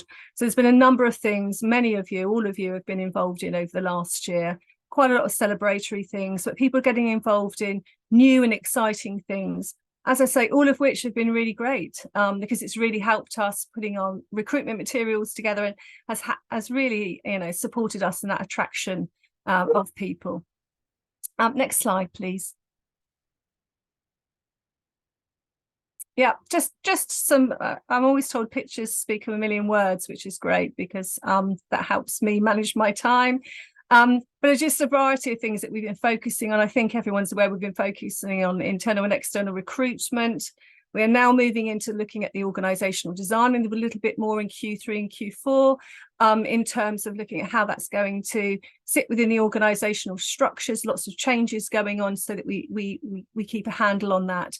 And again, making sure that we're focusing in on our skills and our retention and our well-being as core focuses of the strategy.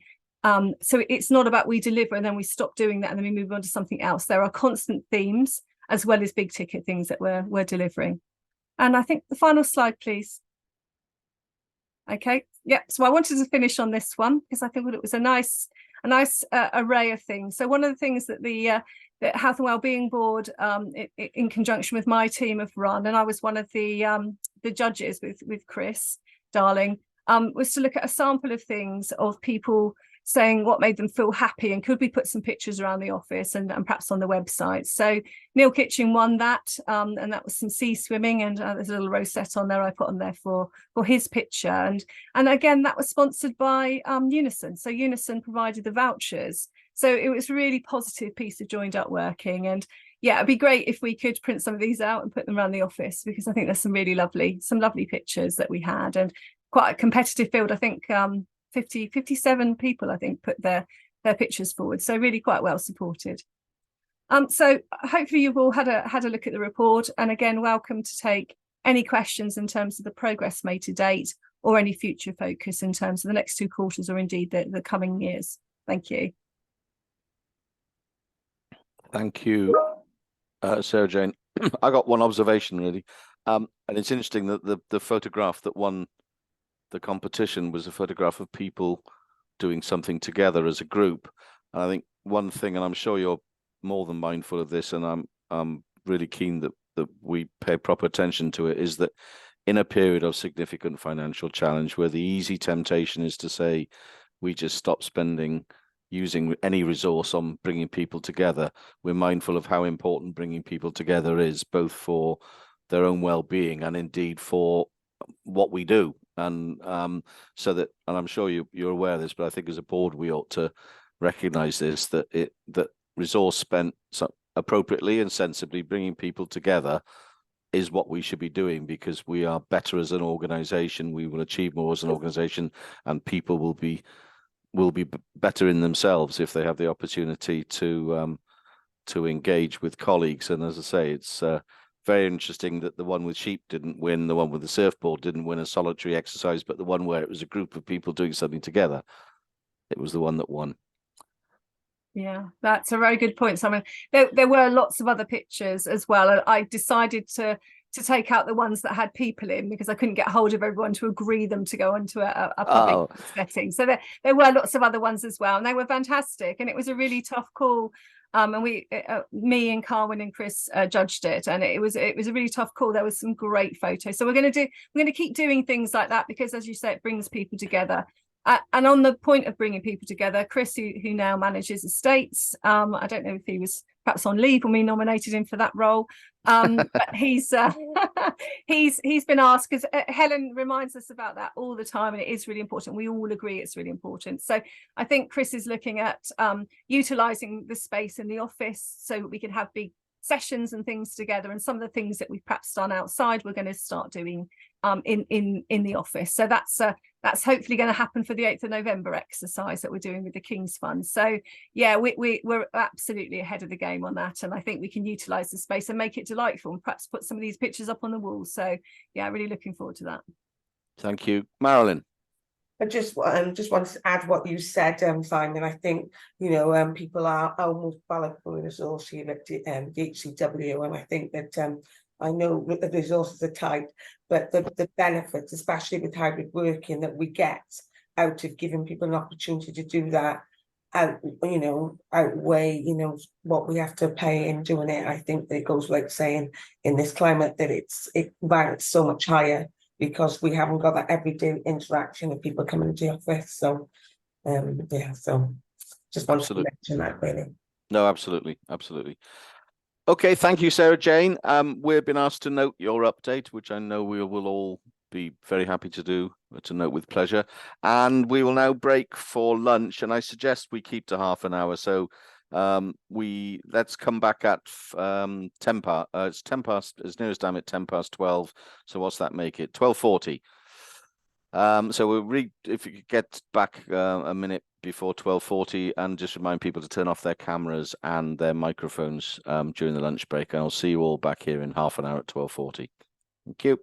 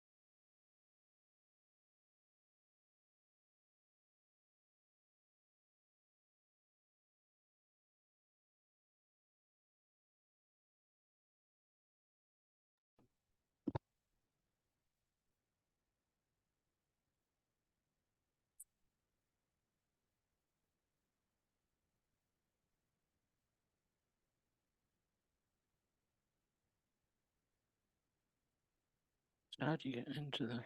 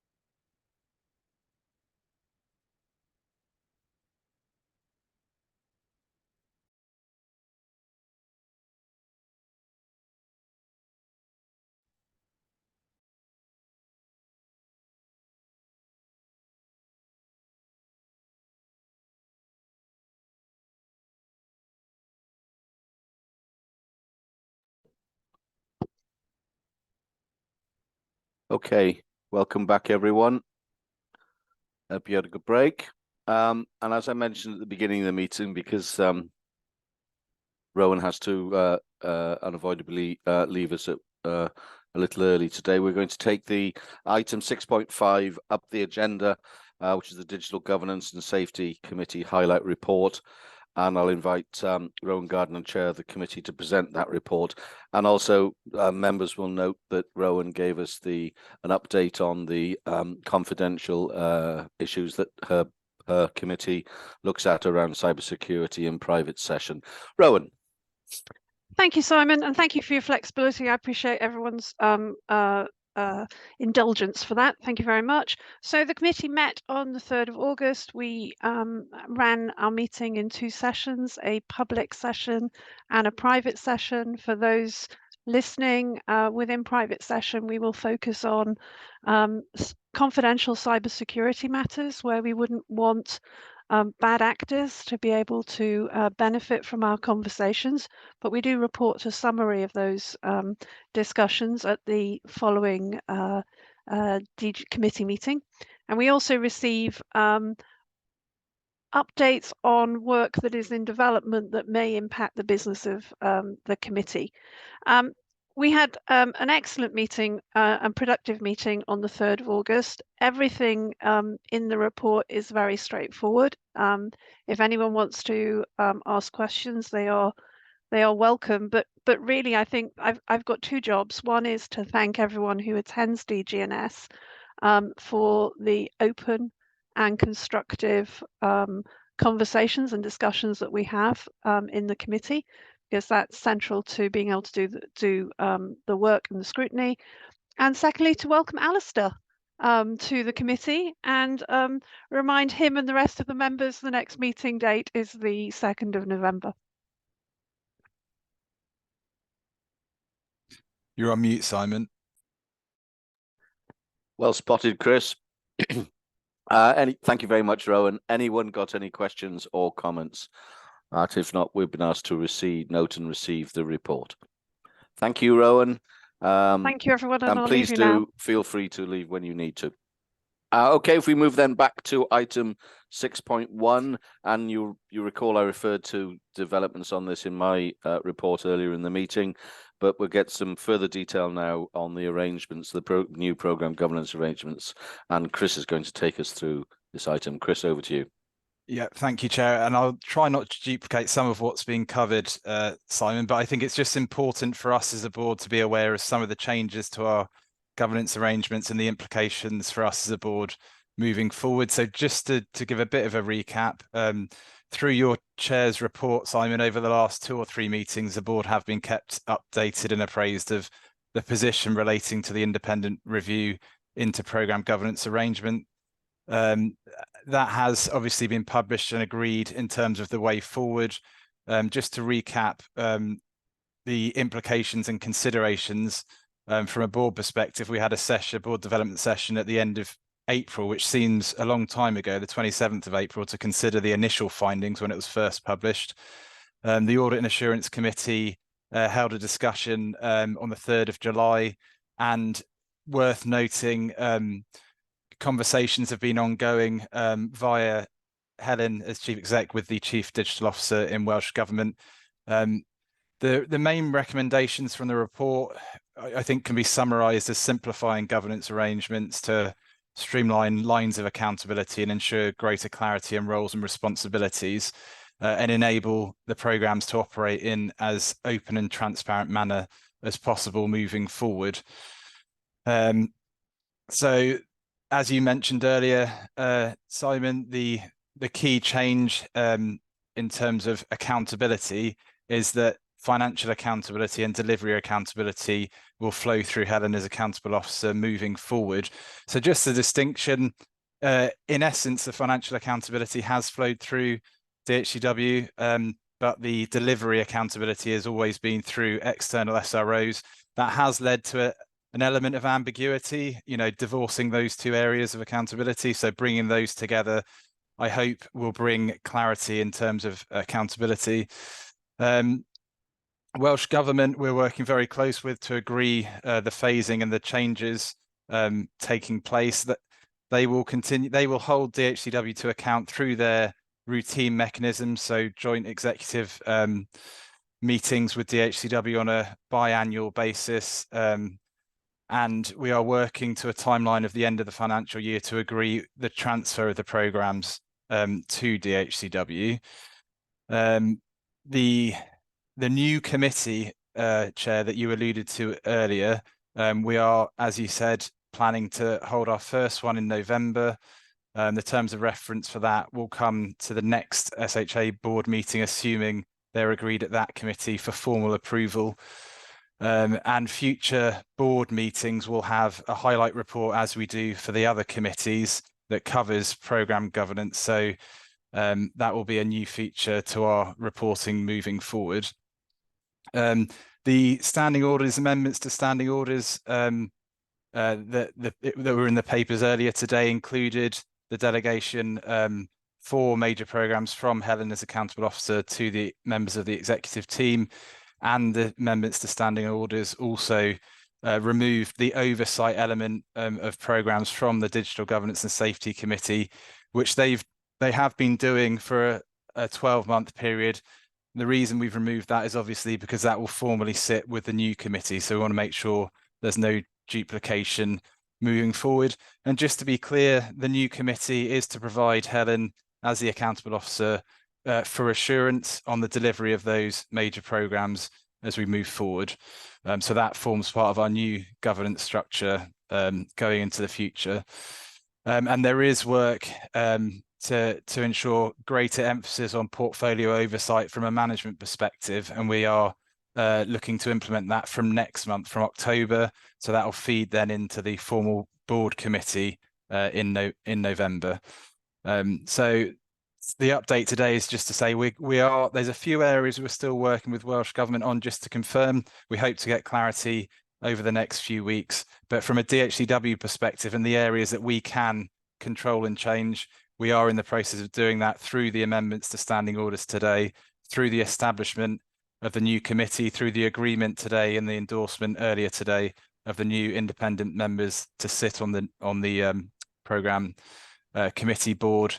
And we'll continue to bring updates through the board until those arrangements are embedded and in place. So the terms of reference in particular will come back to the next meeting for approval. So I just wanted to, hopefully that's clarified things, but I'm happy to take any questions because I appreciate we've been on this journey for 10 months. I think it was November, Simon, you commissioned the independent review into this work, and hopefully within a year we'll have our first committee meeting, but it has been a little while coming. Rome wasn't built in a day. Thank you, Chris. Any questions or?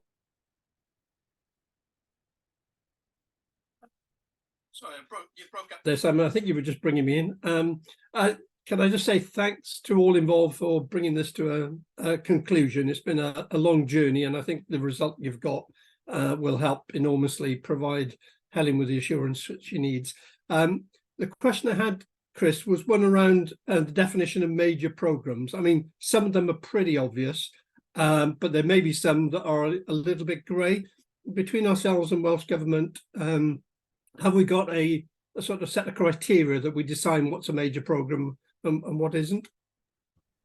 Yeah, David, that's an excellent question. And it is something we're working through at the moment. I can see Ivan is itching to come in on this because I know he's working through this and no doubt will be a topic for discussion at the first committee meeting. But Ivan, are you happy if I bring you in? Yeah, thank you, Chris. So David, we have got a scoring matrix for to try to help us to work through what we might consider to be major programs. I think, to be honest, we're still considering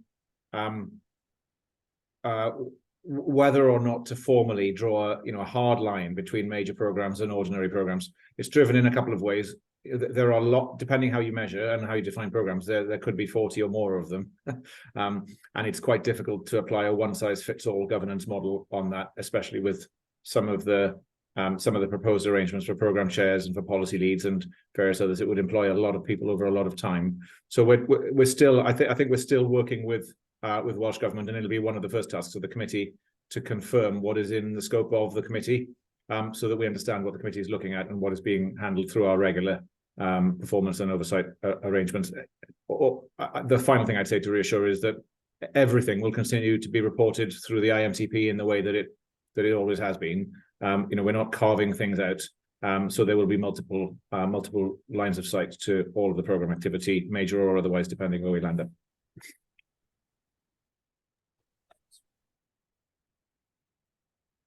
And David, if I could just supplement Ivan's feedback on that, you'll recall that Welsh Government were doing a parallel review into DPIF governance arrangements.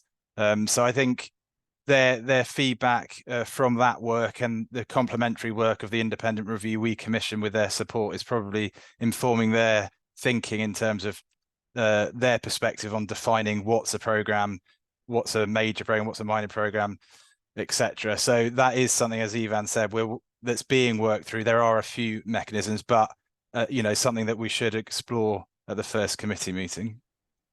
Look forward to the discussion. I'm just checking. I think Simon, are you back with us? No. Okay. I think Simon's having a few technical difficulties. So if there are no further questions on this item, shall we move on?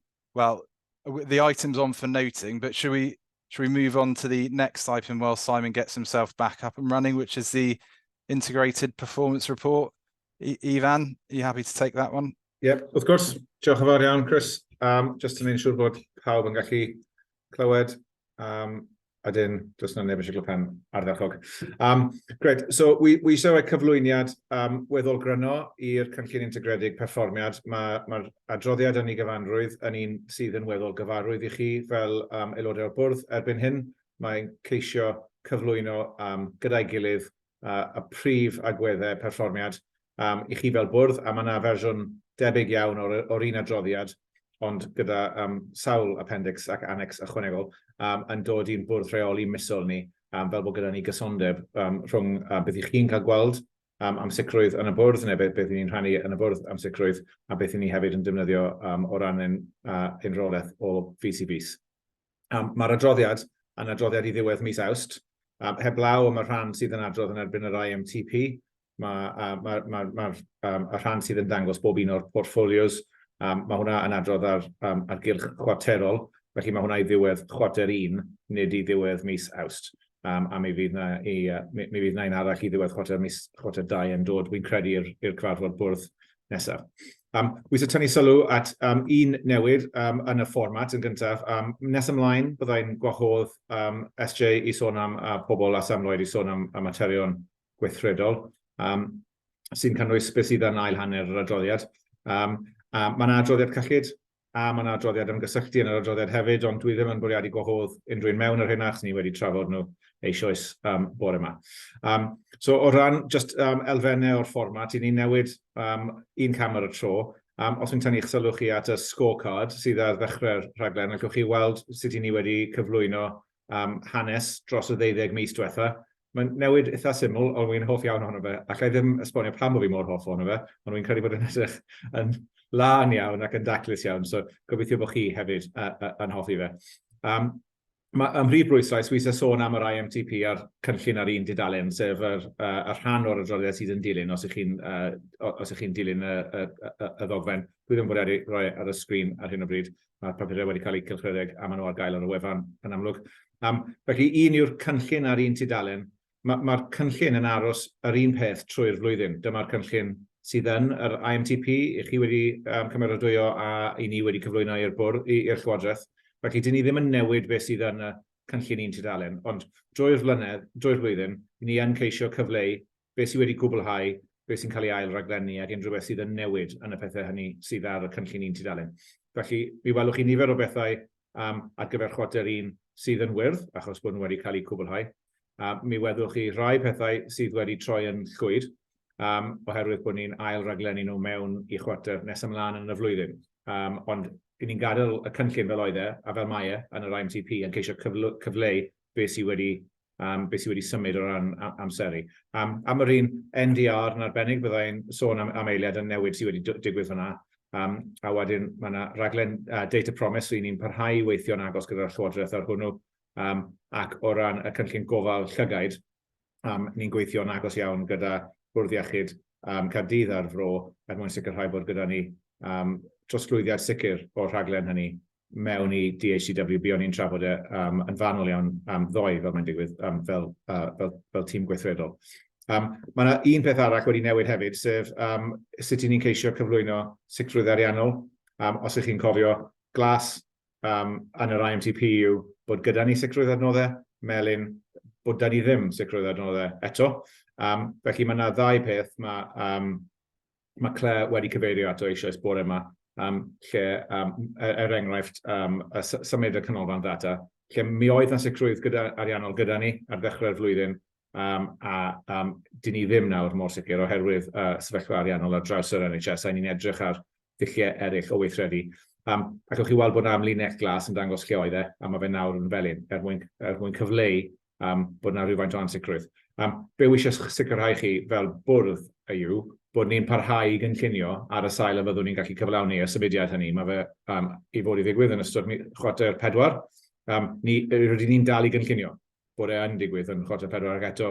Be o'n i'n trafod yn fanwl y cynllun gyda Carwyn ddoe, a mae hwnna wedi rhaglenni a mae yna waith yn parhau arno fe. Bod gyda ni elfen o ansicrwydd, felly ni'n ceisio bod yn dryloyw yn cyflwyno bleini o ran y sefyllfa. A wedyn y peth olaf dwi eisiau sôn am yw rhai o'r pethau sydd, oherwydd bod yr IMTP yn adrodd i ddiwedd chwarter 1, dyw e ddim yn dal rhai o'r pethau sydd wedi digwydd ers diwedd chwarter 1, a wy'n credu y pennawd i fi'n bersonol yw yr NDR, felly mi welwch chi yn llwyd yn chwarter 1, i ni wedi symud hwnna ymlaen i chwarter 2. Mae'r NDR wedi mynd yn fyw ddechrau mis Awst, ond mae hynna ar ôl chwarter 1 yn amlwg, felly dyw e ddim yn yr adroddiad yma. Felly, fy mhenawdau fyna yw bod, a maen nhw yn yr papur clawr, mae'r NDR wedi mynd yn fyw ddechrau mis Awst. Mae yna sawl contract sylweddol wedi cael ei cwblhau yn cynnwys yn arbennig y contract LIMS. A mi rydyn ni fel bwrdd wedi trafod y contractio LIMS yn fanwl dros y misoedd diwetha. Yn y rhaglen moddion digidol, ni wedi cychwyn a mae'r bythefnos gyntaf wedi mynd yn dda iawn. Cynllun prawf technegol ynglyn â trosglwyddo manylion moddion mewn gofal cychwynnol o Practice GP i fferyllfa yn y Rhyl yn Gogledd Cymru, a hefyd ar yr app. Ni wedi cwblhau gwaith pellach ar yr app. Ni wedi sicrhau bod gyda ni profion technegol o fedru dod â practisau e-mails arno i'r app a cysylltu, a mae hynna wedi rhoi ni mewn sefyllfa lle mi fyddwn ni'n bwrw ymlaen yn gyflym iawn dros y 3 mis nesaf er mwyn ceisio cysylltu bob practice e-mails erbyn diwedd y flwyddyn. Felly mae yna dipyn o gynnydd wedi bod yn y 2 fis diwetha sydd ddim yn yr adroddiad, oherwydd y ffordd ni'n adrodd ei ddiwedd bob chwarter. Felly, be wy'n cynnig, Simon, a chi weld bod chi'n ôl fel cadeirydd, yn ytrach na bod fi'n oedi nawr i gymryd cwestiynau ar hanner cynta'r adroddiad, a wedyn trosglwyddo i SJ ac i Sam. Be o'n i'n bwriadu wneud oedd trosglwyddo i SJ, a wedyn i Sam am eu rhannau nhw, a wedyn dod nôl ar cwestiynau cyffredinol yn erbyn yr adroddiad yn ei gyfanrwydd, os yw hynna'n iawn. That's fine, Ivan. Apologies, my Zoom has completely crashed then, and I was briefly Laura, which I was happy with, but they seem to have changed Laura to Simon now. And I'm afraid I missed most of your report, Ivan. Well, but I'm not suggesting you repeat it. But let's follow your proposal. That seems eminently sensible. No, well, yeah, you're back looking better than ever, Simon. So I'll hand over to SJ for the slide on people and performance, and then if she could hand over to Sam for the section at the end, which is on operational services and performance, and then we'll take questions collectively through yourself, if that makes sense. That's great. Lovely. Great. SJ. Thank you, Ivan, and you're back for the best bit, Simon, because I'm just going to go through the people stuff. So just in brief, and obviously all the figures are in front of you. So there was a little bit of a dip on the appraisals, and sometimes this happens as part of the business cycle during the year, really, and leave and so forth comes into play. But we're back on track for that. And just for a bit of board assurance, we go through this at both the local partnership forum and at executives on a monthly basis. So there is keen focus on that. And actually, you know, I've never worked in an exec team that take it quite so seriously, which is great for me. And we actually even have a bit of a league table of who's leading the statutory, mandatory, and the compliance. And Ridian normally is top of the leaders chart for that. So yeah, everyone, as much as it's sort of a fun thing, we do take it really seriously. We do make sure that it is communicated as part of our team meetings, and things are taken on board in that regard. Just to say as well, sometimes we did a bit of a deep dive on this because we had a dip last month, and actually there's a number of people that are out on secondment. So for example, in my team, I've got 2 people that wholly work in the university sector. So it's just trying to square the circle on some of those as well, to see if those appraisals need to be done by us, by the university, and how we get that back on track, because it's really quite tricky when people actually don't work directly for you or even in the organisation in the wider team. So there's a piece of work going forward with that, but we're back on track, which is really positive. And just to say, everything else is on track. But again, we do look at that fairly forensically, really. We do look at our exit interviews, our turnover, our sickness, and we work through any hotspots and take some actions. And some of that we do in informal discussions with the trade unions, with Andrew, that we meet up with once a week as well, to sort of identify anything that we think we could work together on. And again, supported by comms in Chris's team and our finance business partners as well. So again, a bit of a team effort. So lots of stuff going on in that space, and nothing, I think, that's in a declining position. So hopefully that's provided the board with a bit of assurance in the people space. Thank you. And I'll hand over to Sam Lloyd. Thank you, Sam. Thanks, SJ. Yeah, relatively straightforward month, actually, from a service performance perspective, or a couple of months. So in July, we had 5 major incidents. In August, we've had 4 major incidents, all of which were resolved within SLA. They affect a range of systems, and we'll follow up with our incident review and learning group in the normal way on those to pick up any learnings. We're also starting to look at whether we can change the reporting to focus more on individual systems, so that we can see major incident trending across specific systems and look for patterns that way, which is not something we've been doing to date. But overall availability has increased to 99.993, which is, I think, the highest it's ever been.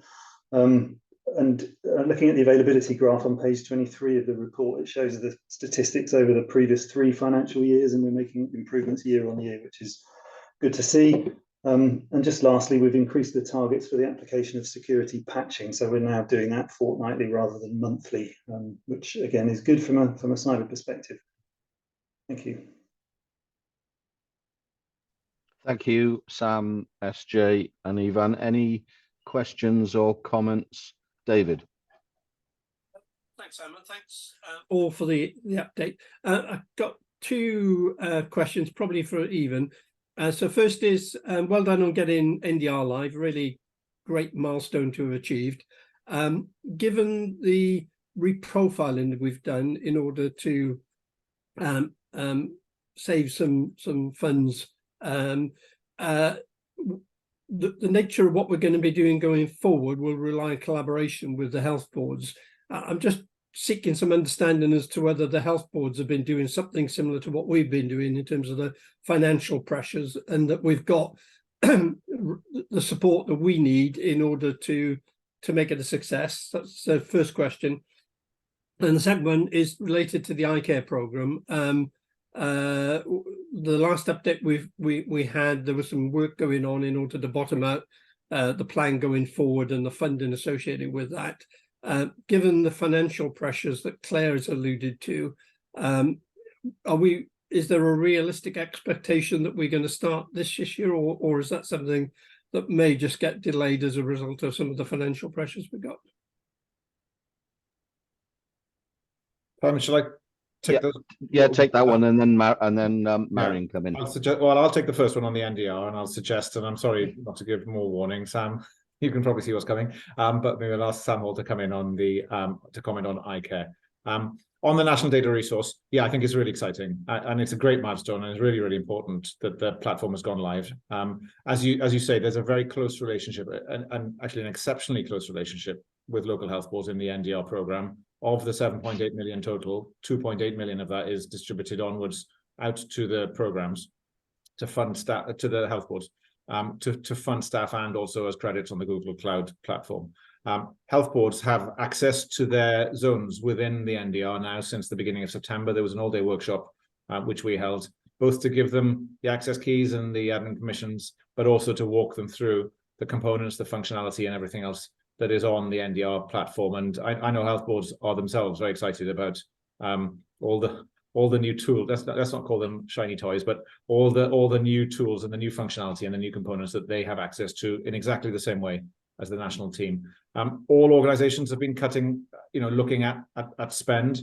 This year, the NDR savings are, let's say they're more achievable because of the risk that has just come off the risk register, which you'll see in the next item, which was delays in confirming the funding for phase 3 from the Welsh Government. Because the funding letter was delayed, our recruitment process is delayed, and we're kind of running about a quarter behind. And that quarter behind cushion has given us some headroom that we can work with in this current financial year. But obviously that doesn't apply in the same way in future financial years. So we're looking very closely at what our funding profiles will be for future years, because of the trade-off between everybody wanting the NDR functionality to come as quickly as possible, but at the same time, the Welsh Government is looking very, very carefully at where it deploys its money and the funding which is available. So we're looking very carefully at that at the minute. Sam, are you going to come in on the eye care bit? Yeah, of course. Thank you. So there's a couple of things really, actually. So the first thing is that we're still working through those finances to understand exactly what the eye care program is going to cost. And so we're doing that to understand what the new platform would look like. So at the moment, it's currently in an on-prem service. We need to look at what that will entail if we move that into the cloud to make it more achievable for everyone to have the scale that they need. There's another piece of work that we're looking to do with Claire, and I think it's worth, and I know other people have alluded to, but actually, apart from the personal devastation, to families that eye care actually costs them when losing their vision is devastating. But it is actually a long-term cost to the NHS as well, supporting people with serious eye care and vision loss issues. And there's also a cost to the economy as well, with people not being able to carry out their jobs and the work that they do. It actually has quite a significant impact on us on lots of levels. So Claire and I were talking about how we can start to understand the value that we can deliver through this program. So yes, we need to work out all the costs. Yes, we need to understand what that will cost the health boards, and we don't know that clearly yet. So I wouldn't even guess, because we are still going through there at the moment. But actually the bigger picture is what will this save for people, really importantly, but also for the system as a whole. We are closer to there. We will bring something back to this board very, very soon. Probably, hopefully the next one, we'll have a much clearer picture. Thanks, Sam. I've got Marion and Alistair, so perhaps I'll take both of you, and then Ivan, you can farm out the responses as you wish. Thank you, Chair. Mine's a question on, well, for Sarah Jane, I guess, on people and OD, and specifically on the sickness. It's an observation more than a question, really. Notice a very, very slight upturn in the sickness rate, but we are, of course, significantly lower than every NHS body, which maybe is not surprising given the nature of our work in comparison. But it was interesting in the last week, there's been a lot of discussion around the general increase in sickness rates across the population, and we do appear to be bucking the trend.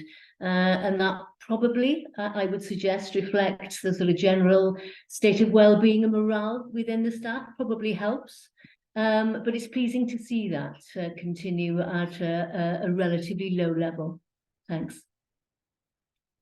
Thank you, Marion. And just to say, we've also had quite a number of people having COVID as well. So you're right, we are going to have lower rates, to be fair, than, you know, the front-facing clinical services. But we've also had hotspots of COVID as well. So it means when people are coming in once a week or whatever, they can't do that. So and some people have been a bit poorly. So yeah, it has increased. But you're right.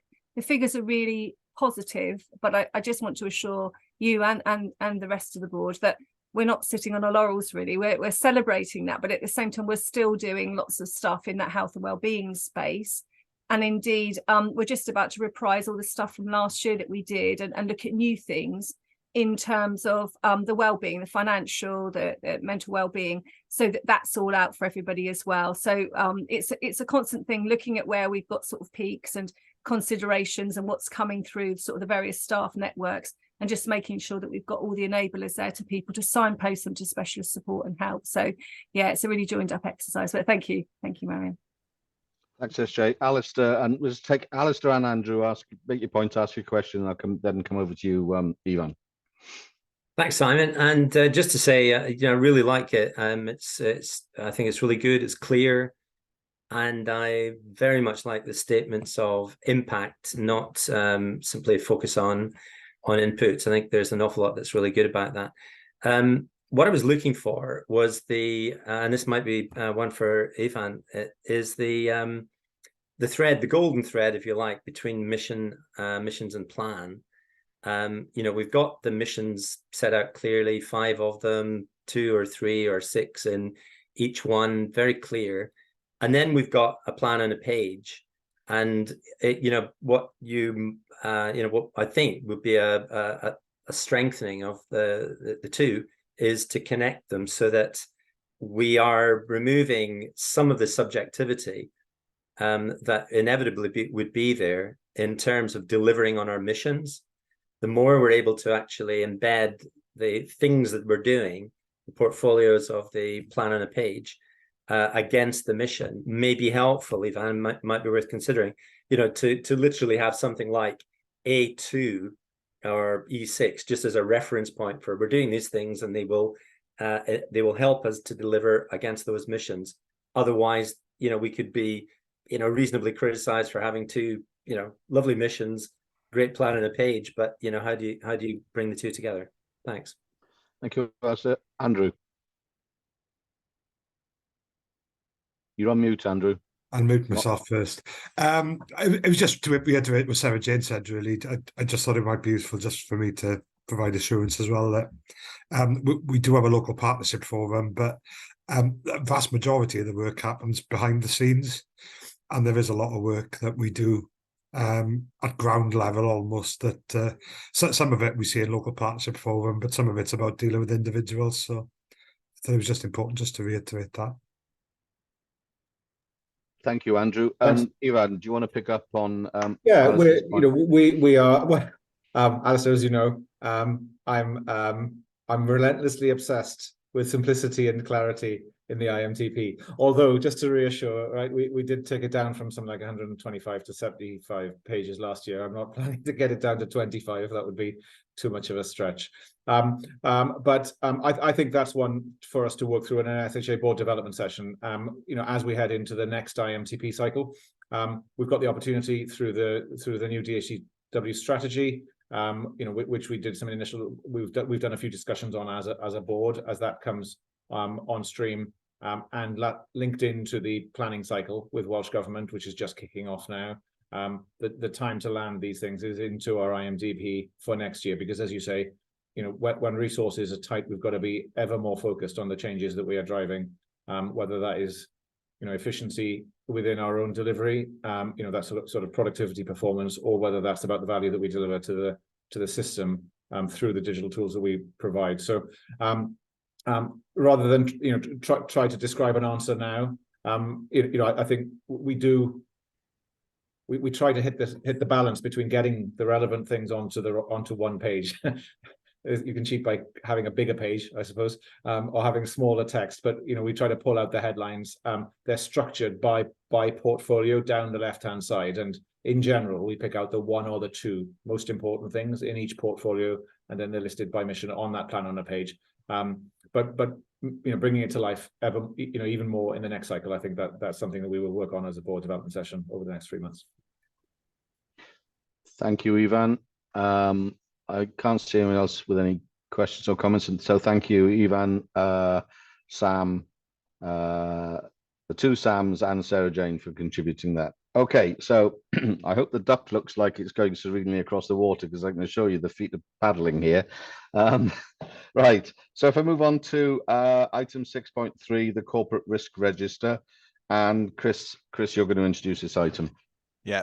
Thanks, Chair. Yeah, so I'm just going to start off before I get into the DHCW current position in terms of risk profile. I often reference the World Economic Forum long-term global risks landscape. Last month, the UK government national risk register was published. It's the first time that's been published for 3 years. So there's a link to that in the papers. Couple of things just to call out from that. There is a section on AI safety, which is an interesting read around systems and their capabilities, the opportunities and also the threats that AI brings.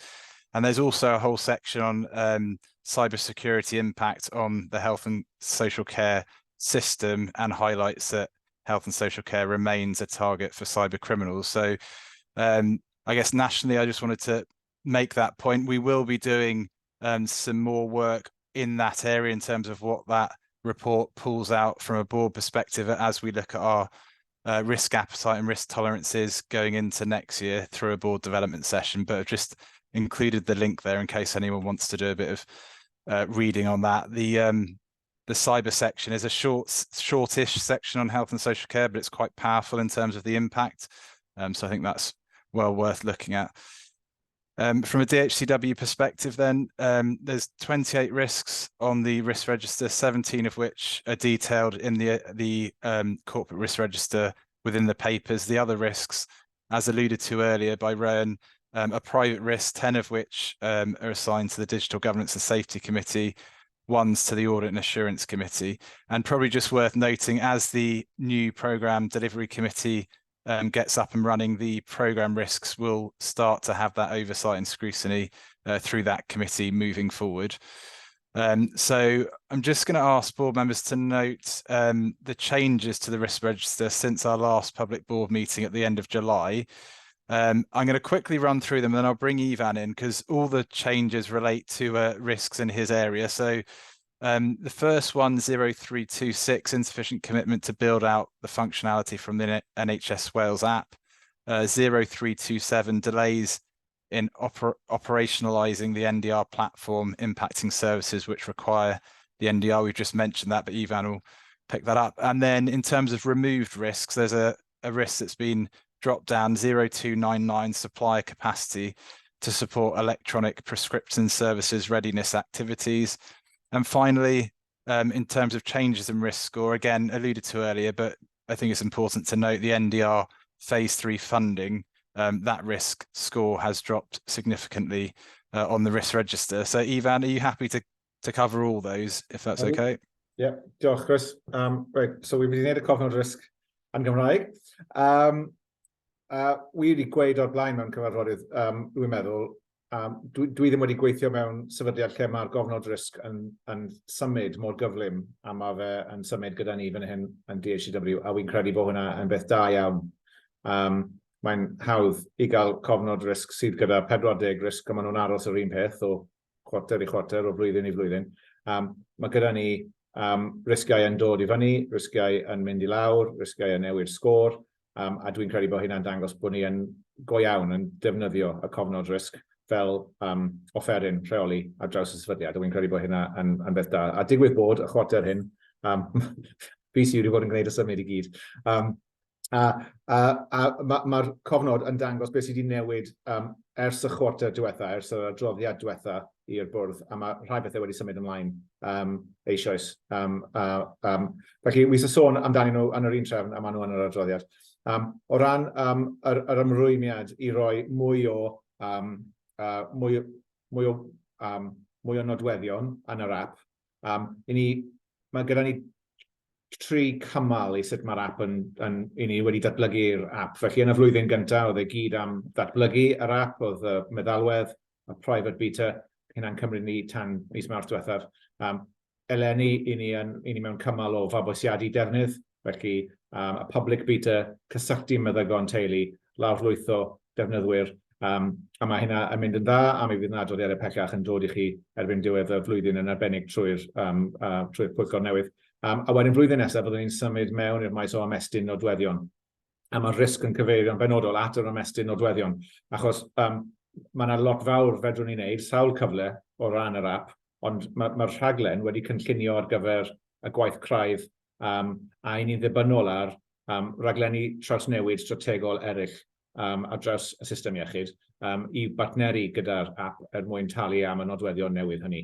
Felly y cynllun gofal a planned care programme, 6 goals for emergency care programme, a rhaglenni eraill sy'n gweithio'n genedlaethol, sydd mae angen i ni berswadio nhw bod yr app yn gallu darparu offer neu teclyn neu rhywbeth sydd yn gymorth iddyn nhw gyflawni beth maen nhw eisiau gwneud. A dyma beth mae'r risg yma yn disgrifio, achos does na ddim digon yn y dipyff ar ben ei hun i wneud y gwaith hyn i gyd, ac i ddal y cyfleoedd hynny.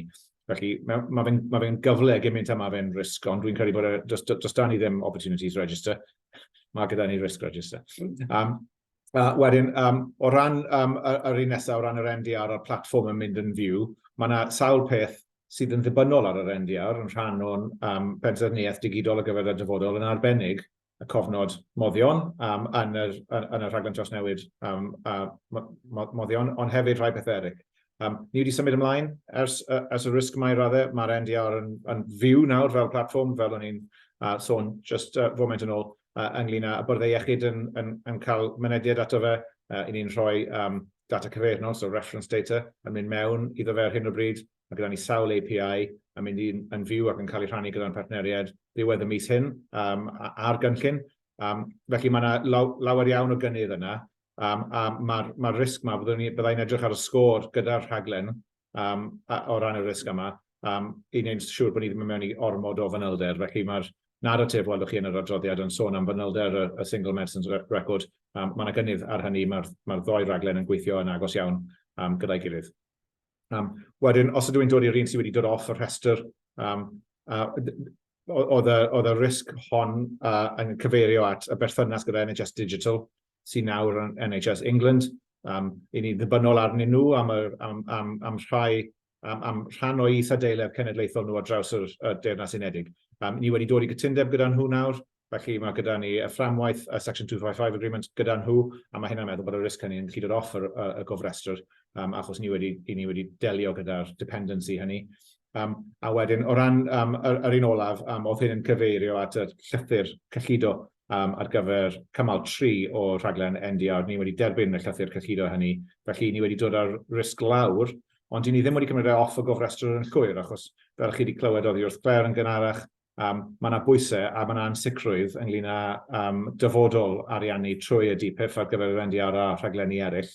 Does dim gyda ni runway o 5 mlynedd i gynllunio ni erbyn. Mae ni'n trafod yn feunyddiol bron gyda'r Llywodraeth.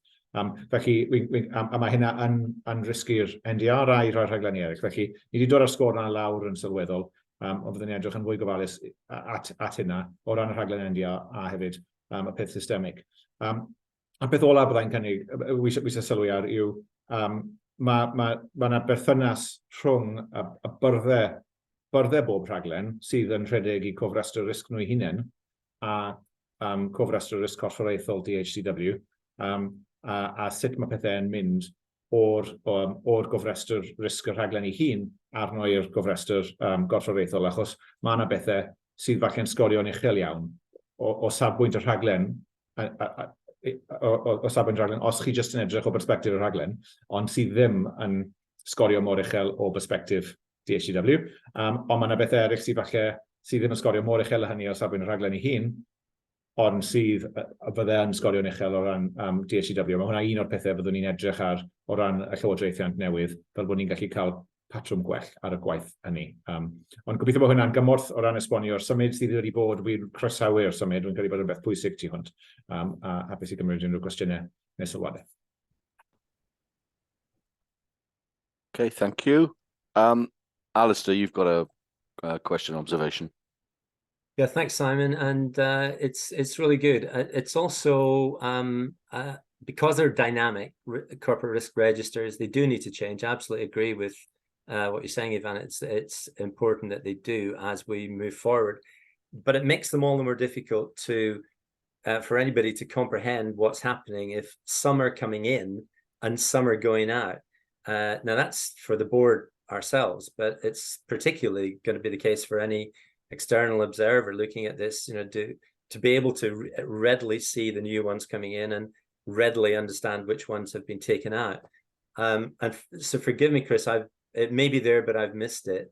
It would seem we've got 3 in, 3 out. It would be, and you know, as I say, I've missed it if it's there. It'd be really helpful to be able to easily identify the new ones. And it would be, I think, good practice not to remove the old ones without notice. In other words, for at least a quarter, identify those that are being removed, that they will be removed in the following quarter, you know, and for whatever reason, so that anyone following this can actually see, okay, they've gone and there's, you know, there's completion or there's a reduction or removal of risk. So it might be worth thinking about. Yeah.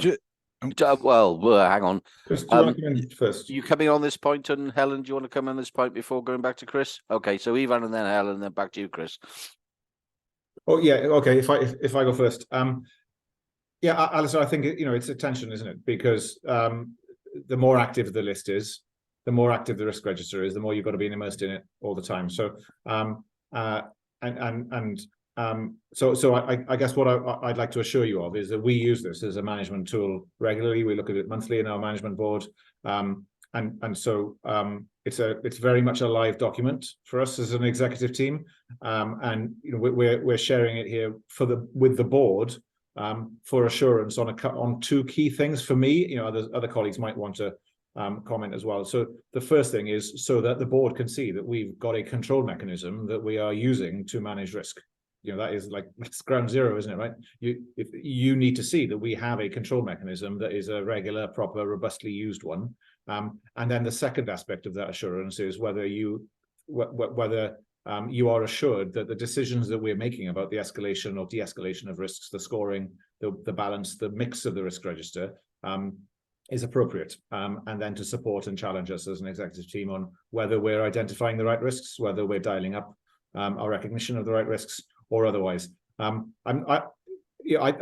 mechanism that we have is that each time we bring a report, we flag to you in the cover paper that Chris prepares what we've moved in, what we've moved out, and I think that's probably, for me, I think that's probably the cleanest and sharpest way of doing it. You know, rather than leaving risks appearing in the register that actually we've scored out of the register.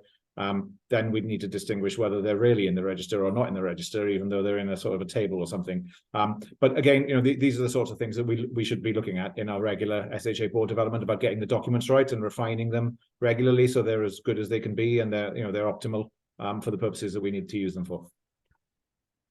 Yeah, color coding often helps. Helen, and then back to you, Chris, on this. Yeah, thank you, Chair. And yeah, I understand what you're saying, Alistair, in terms of because it is a dynamic, it's a management tool for us that we spend a lot of time on as a team and as a board, isn't it? So it is part of kind of the way that we run the organisation. So status of the risk, they need to be live risks, don't they? In terms of that's what we're actively managing. There's something we could do though, and as Ivan said, the information, you know, the high level summary of the information is in the cover paper, but we could take away the you know, how do we perhaps represent that differently? I'd be perhaps reluctant to keep closed risks or downgraded risks on the corporate risk register as if they're live, but maybe there's something we can do for the following month that just identifies the closed risks so that you can track them from the previous month. So we'll take that away and have a look at that. But I think it's really important that we keep the risk register as the active live risk register, because that's how we use it in the organisation. Chris. Yeah, thanks, Simon. Thanks, Alistair, for the comment and feedback. I think what we try and do is summarise what has changed in the period between meetings in terms of new risks, changes in risk scores. And under section 3.8, the risk heat map, that's probably the at a glance simplest way to get an understanding of what's changed. So on there, you'll see for every corporate risk, where the new ones are by the star, the increase in risk score, the decrease, and the non-movers.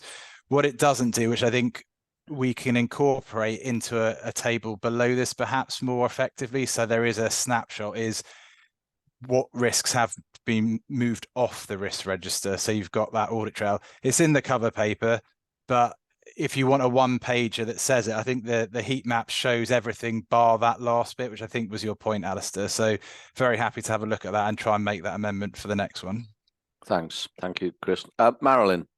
I was just going to say a similar thing to what Chris has just suggested, that you just have a commentary, because it's already in there. It already says how many have gone off and what's gone off. It's just having perhaps that supplementary thing, and at a glance shows you a bit more, but it's already in there, but just not in the way that Alistair was sort of you know, suggesting, really. Okay, good. Okay, excellent. We seem to have unanimity on that.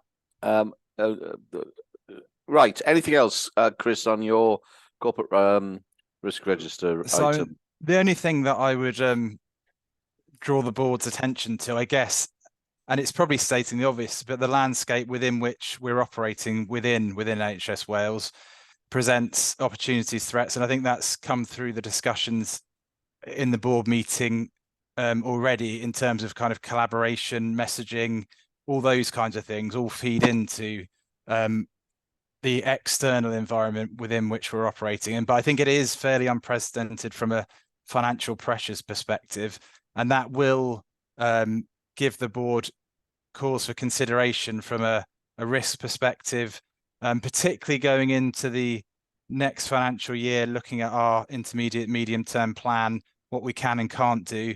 The board members will note there are a number of national digital initiatives, NIAS, WASPI, and I apologise for the acronyms, and data centre move, Rowan identified an area earlier in private. These are all things, national digital initiatives for NHS Wales, that are on the risk register due to funding constraints. So I think that's something the board will probably need to come back to, and I think it's worth flagging that in the environment within which we're operating within. Other than that, Simon, I just wanted to make that point, and that was all. Okay, Alistair, you wanted to come back on something? Just a small point, Simon, if I may, and it's one I've raised before.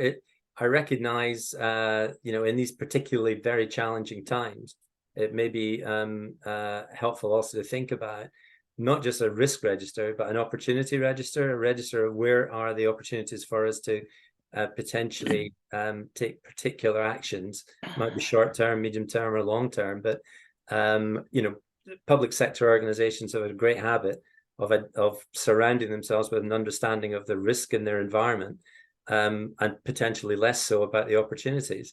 It's not necessarily the way that we should be, and I don't propose a great template of but there may be something in just, you know, being able to pull opportunities together for short, medium, long term that are not identified elsewhere in particular terms. But thanks.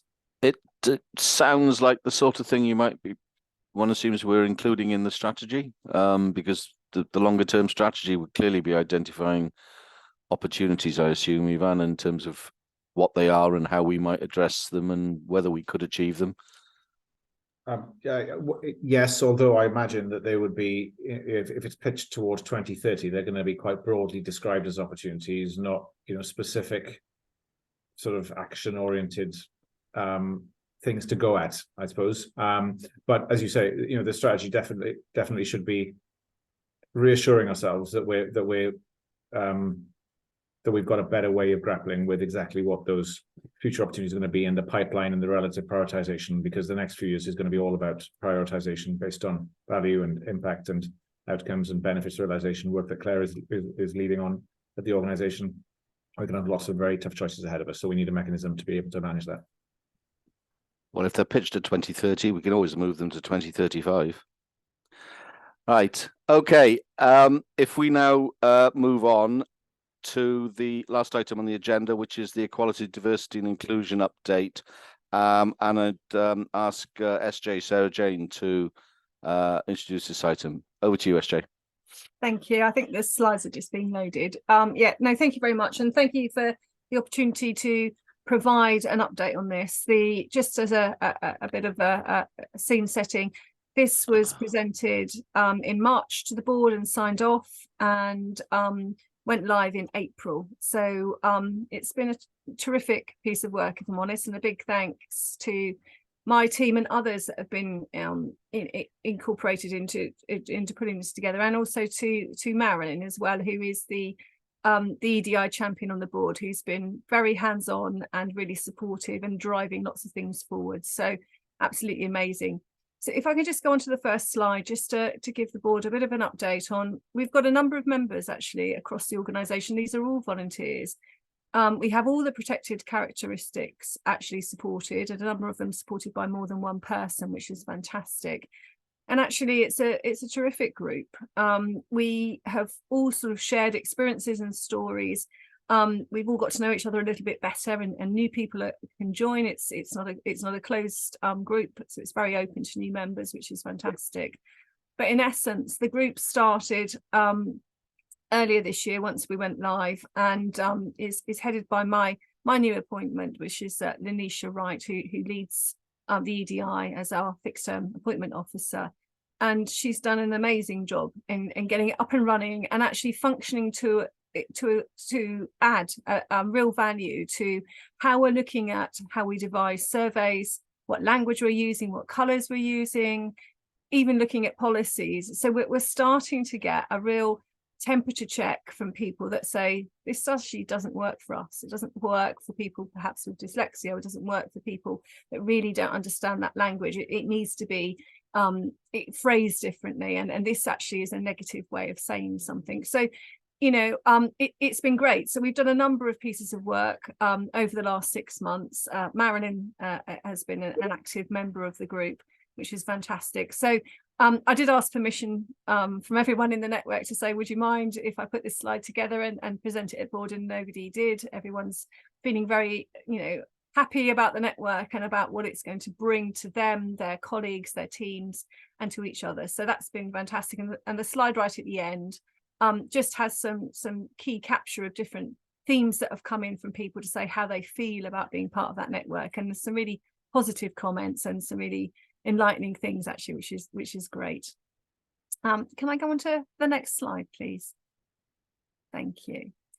Yeah, so I think there are some key themes within the strategic equality plan, and again, just like to confirm and assure to the board that everything is on plan. Actually, we're green on our performance, we're delivering on plan, and actually it's been an absolute delight to lead that and to get that embedded within the organisation. So very much supporting, listening and learning from everybody really, and there's some really positive things that came through our talent go live for the band 6s to 8Bs, and a number of people thought they weren't going to make the talent cohort, and I sat on various different tables in the group, and there was 80+ people that were on that talent cohort, and it was very much about understanding what their needs are and helping people with their careers and ambitions, and to maybe bespoke things slightly. One size does not fit all, as we all know, and it is making sometimes some very small changes that really actually make a difference, which is fantastic. So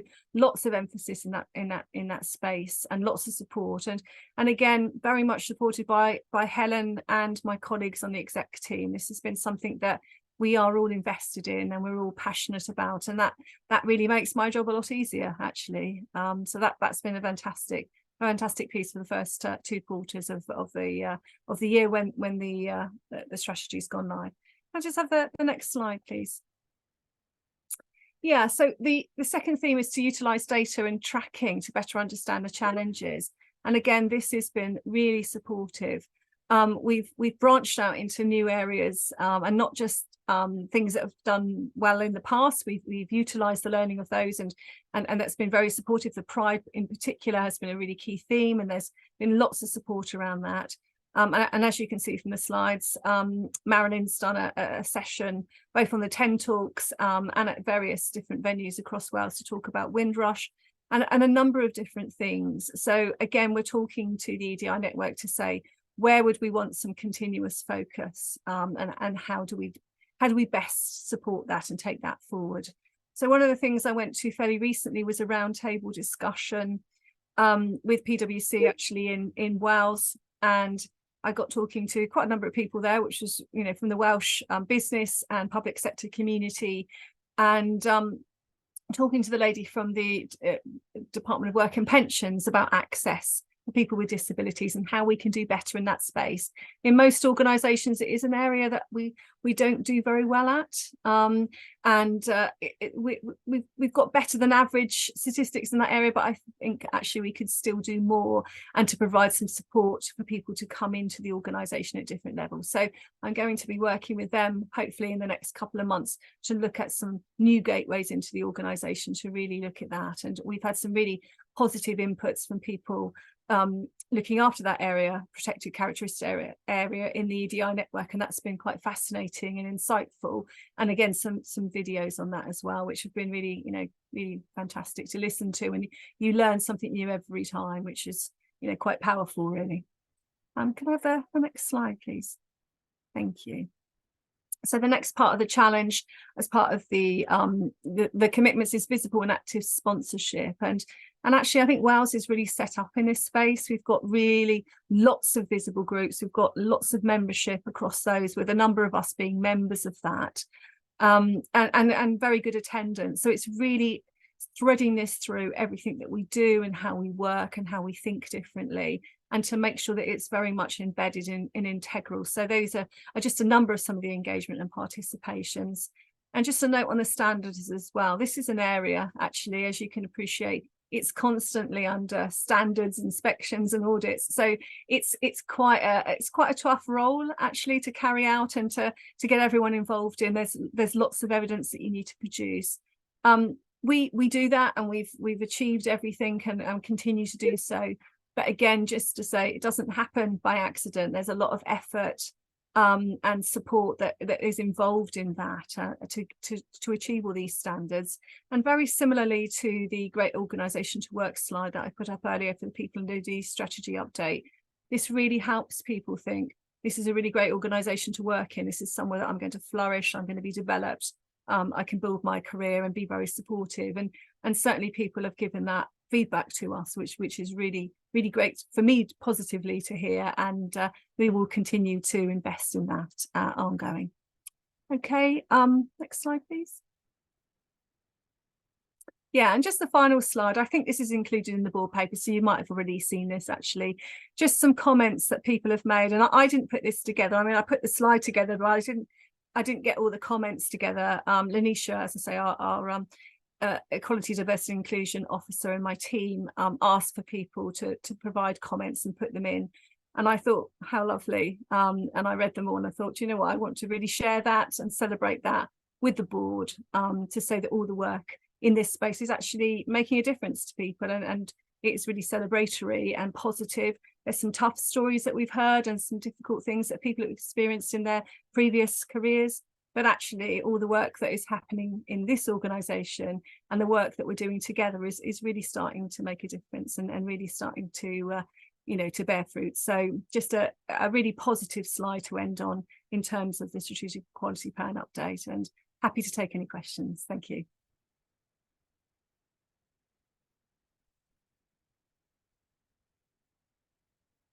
So I was just unmuting myself. Thank you very much, Sarah Jane. And I attended one of the I forgot what it was now. The what you described it as. It was which Marilyn was taking part in as well. Wasn't a 10 talk. It was a 10 talk. Was it? It was. I think it was really excellent. Great engagement and participation by members of staff. Andrew and then Marilyn.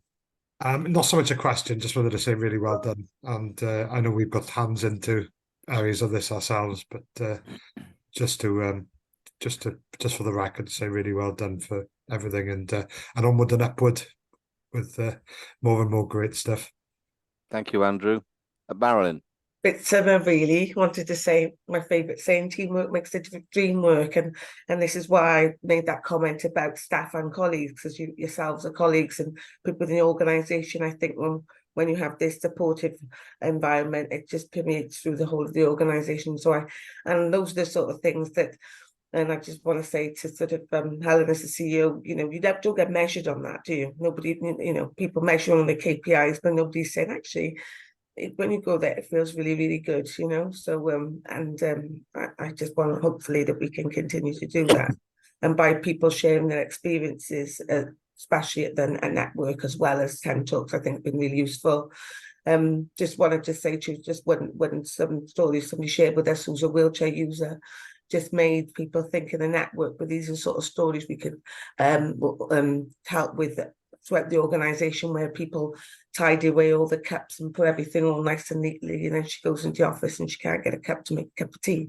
So it's just about seeing things with that different lens all the time. So I think it's just a valuable thing for us to promote about the diversity we have within the organisation, and not everybody's going to need to work in the same way. So thank you, Marilyn, and thank you, Sarah Jane, but critically, I mean, all those people in your team and beyond who've been done so much work and contributed so much to the progress we've made. So I'm absolutely certain the board are happy to receive and note with pleasure your report. Thank you all very much. That brings us to the close of the meeting. I've had no other urgent business communicated to me. I apologize for the hiatus. Need to find out who runs Zoom now, so I can rail against them as well as against Bill Gates. The date of the next meeting is Thursday, the 30th of November, and I will see you all back here again at 4 p.m. for our annual general meeting. Thank you all, and apologies for running over a little bit. See you all later. Bye.